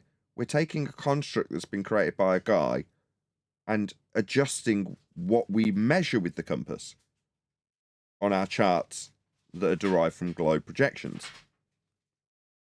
Near Antarctica. It gets really, really bad, where there's a website anyone can go to, magnetic-declination.com. You could see what the adjustment needed would be.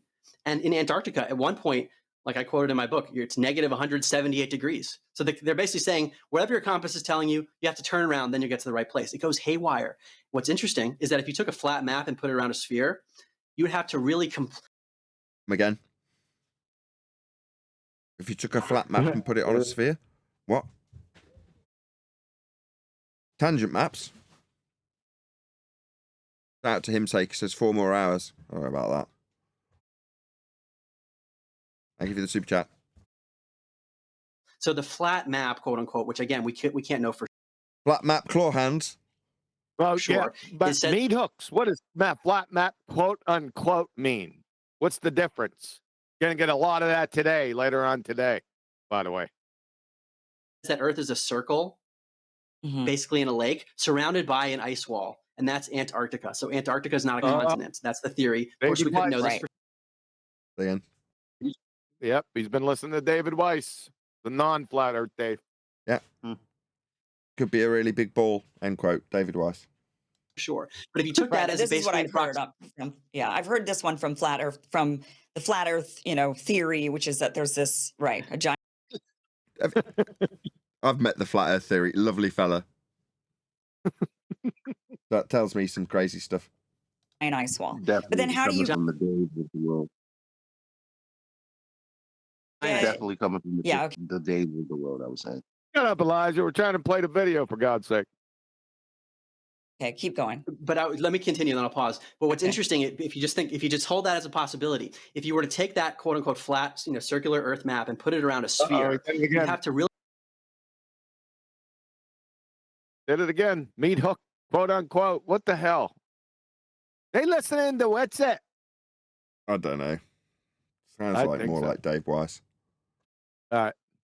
really compress the outer parts, which is Antarctica, into this little ball at the bottom of the sphere. So it is interesting that the compasses go haywire, especially below the 60th south latitude, where we're not allowed to freely and privately explore. So there are these anomalies that are just interesting to me, like also at the equator, which is where the two maps. He described taking the flat Earth angles, projecting with Haversine to create a globe, taking the globe you've projected and wrapping a cylinder around it, cutting it out flat and producing, I don't know, Mercator projection, let's just say, and then putting that back on the globe. That's what he just described. Yep. Maps would. It just doesn't know how globe projections are created. That's the problem here.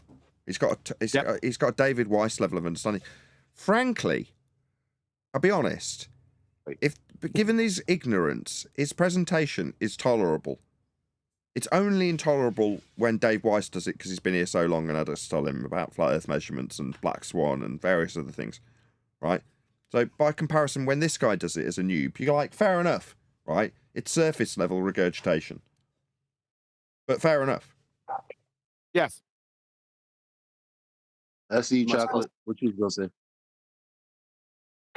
No, I was gonna kind of say that, like, we can't hold this guy to the same standard as David Weiss, because I mean, unless this guy's been around that long. But for somebody new delving into this, like you said, it's tolerable. It could be a lot worse. Barely. Would it not be better if, when this guy did his surface research, he came across us and was now saying, well, let me just tell you what the flat Earth's all about. It's measured flat. Yeah, there's angles and charts and building stuff and sailing and flying, and they're all flat. And you can prove it with the documentation. It's really easy. If he started off like that because he'd found us rather than Dave, then we'd have a very different story on hands. We're only saying it's tolerable because he can't control that he's exposed to the shite Dave Weiss puts out there. Therefore, it's tolerable. Yep. Yeah. Got it. You're all over it. Exactly. And I wanted to, see, Brian, this is but this is good though. See, this is use your word. Iversen, I want to say sentence fragment. Much start again. Take a breath. I wanted to say that I was, shocked that Kim Iversen was covering this topic, but then again, I'm not, considering she's asked all the questions that we've asked since 2020, basically, and since before that, she's one of the first people to talk about what's going on geopolitically. I can't really say more. So she's always talked about, she's been adjacent to us the whole time, and what I'm saying is, damn Candace Owens, because she's talking to dudes about like the galaxy and quasars and forget that. We need to get on Kim Iversen's show. Well, does Brian have a unnatural affinity to Kim yet? Not yet, but I'll get him there. She's just focus on you, Eli. We'll motivate you instead. You'll see a line. That's where you need the least amount of navigation adjustment on compasses for the magnetic field. So, like, these are things that we have to solve one way or the other, flat or not. Like, why are the poles moving around like this? Say again. Not the electromagnetic field. All I heard is we need to solve it. Yeah, it's a big problem. No, he said the magnetic field. This is going to dovetail with later show today. So it's not the electromagnetic field; it's the magnetic field. Where does the magnetic field sit on the light spectrum? Nowhere. So we don't understand it. And why do you have to manually adjust compasses to get to the right place? What? Sorry. Hands up who's seen a compass with a manual adjustment lever? You can That's adjust such compass. nonsense. You can adjust it on the bevel ring for certain things, but not the way he's talking about. Yeah, you know How what I'm would you adjust the criticizing. compass when you wouldn't know where the compass is the only orientation you have? Yep. How can you adjust it? What's your reference? Exactly. He's talking about declination. He's close to covering he's close to getting onto a subject that's useful, isn't he? But it's because it's surface regurgitation. There's no substance to this. So every time he gets close to covering something, you go, yeah, this could turn out to be really useful. You're like, 2015 spews out of him, and you're like, yeah, that was a waste of time. Is that magnetic declination or electromagnetic declination? It's light. Just a thought. It's light magnetic. Light magnetic. That's what I'm calling it. You're going to be the one held on trial, by the way, for that. By the way, in tomorrow's show, we're going to be telling you about what we actually think space is. It's called a grifter. It's the area that's in the sky that used to be a sky vacuum, and it's now going to be called the grifter. Really? Yeah. This to me sounds like one of the most genuine conversations. It just feels very genuine, if you ask me. Yep. Well, we didn't ask you. Hey, Eli. 1 second, chocolate. Yeah. Eli, when he said to you, when you said one of my exes, and Kiwi said, what was his name? He should have said, your sister. That's not a name. What? There was a retort. The wit is so good in here. Oh, Okay, Don't be boys. giving him any ideas, Brian. Okay, simmer down, lads. Just take it, like, what does a pilot say about that? I mean, do they just say, well, it is what it is? Doesn't matter what a pilot says. Got pitch data. Earth's flat. Nose up with respect to horizontal. Anywhere you fly. Always. I don't know. I was talking to a pilot. Yeah, I was talking to a former pilot the other day who said, yeah, this is what we were taught. You just use these charts, you adjust. What, the flat charts? Because that's how it goes. They say, I don't know, this is what you do. I don't know. Yeah.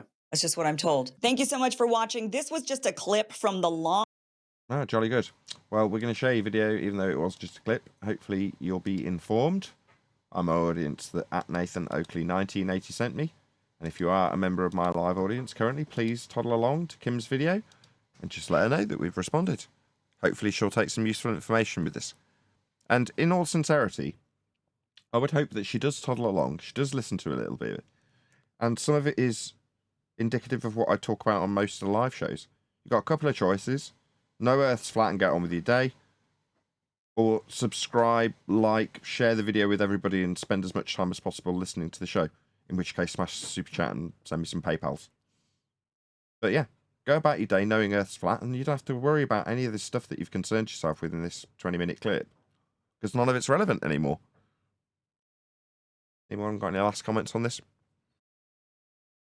Done with the video. Yeah, that was it. Yeah, that was it. I have. Yeah. Of course you have. To say that the pilots don't know that's not true. They do know, but they know what they don't do, and they don't adjust for. So they do know, they just maybe don't want to accept it or address it. That's all. You think that most of them don't even think about it? I right? think most of them don't think about it. They just do their job and don't even, bring up the concept or the reference of a globe, right? Unless somebody brings it up to them. But wouldn't you? I don't know. I'm just speculating. Because, pilots are pretty intelligent for the most part. You have to have your shit together. I just think I just put myself in their place or put them in my place where I never contextualized it, right? And not never, I finally did, but for years I didn't. Follow? Not really. All right. But with that, I'm going to say a huge, massive, enormous thank you to both Discord and G+ panels for making today's pre and live show possible. I've been Nathan Oakley, and I will see you all in the next video.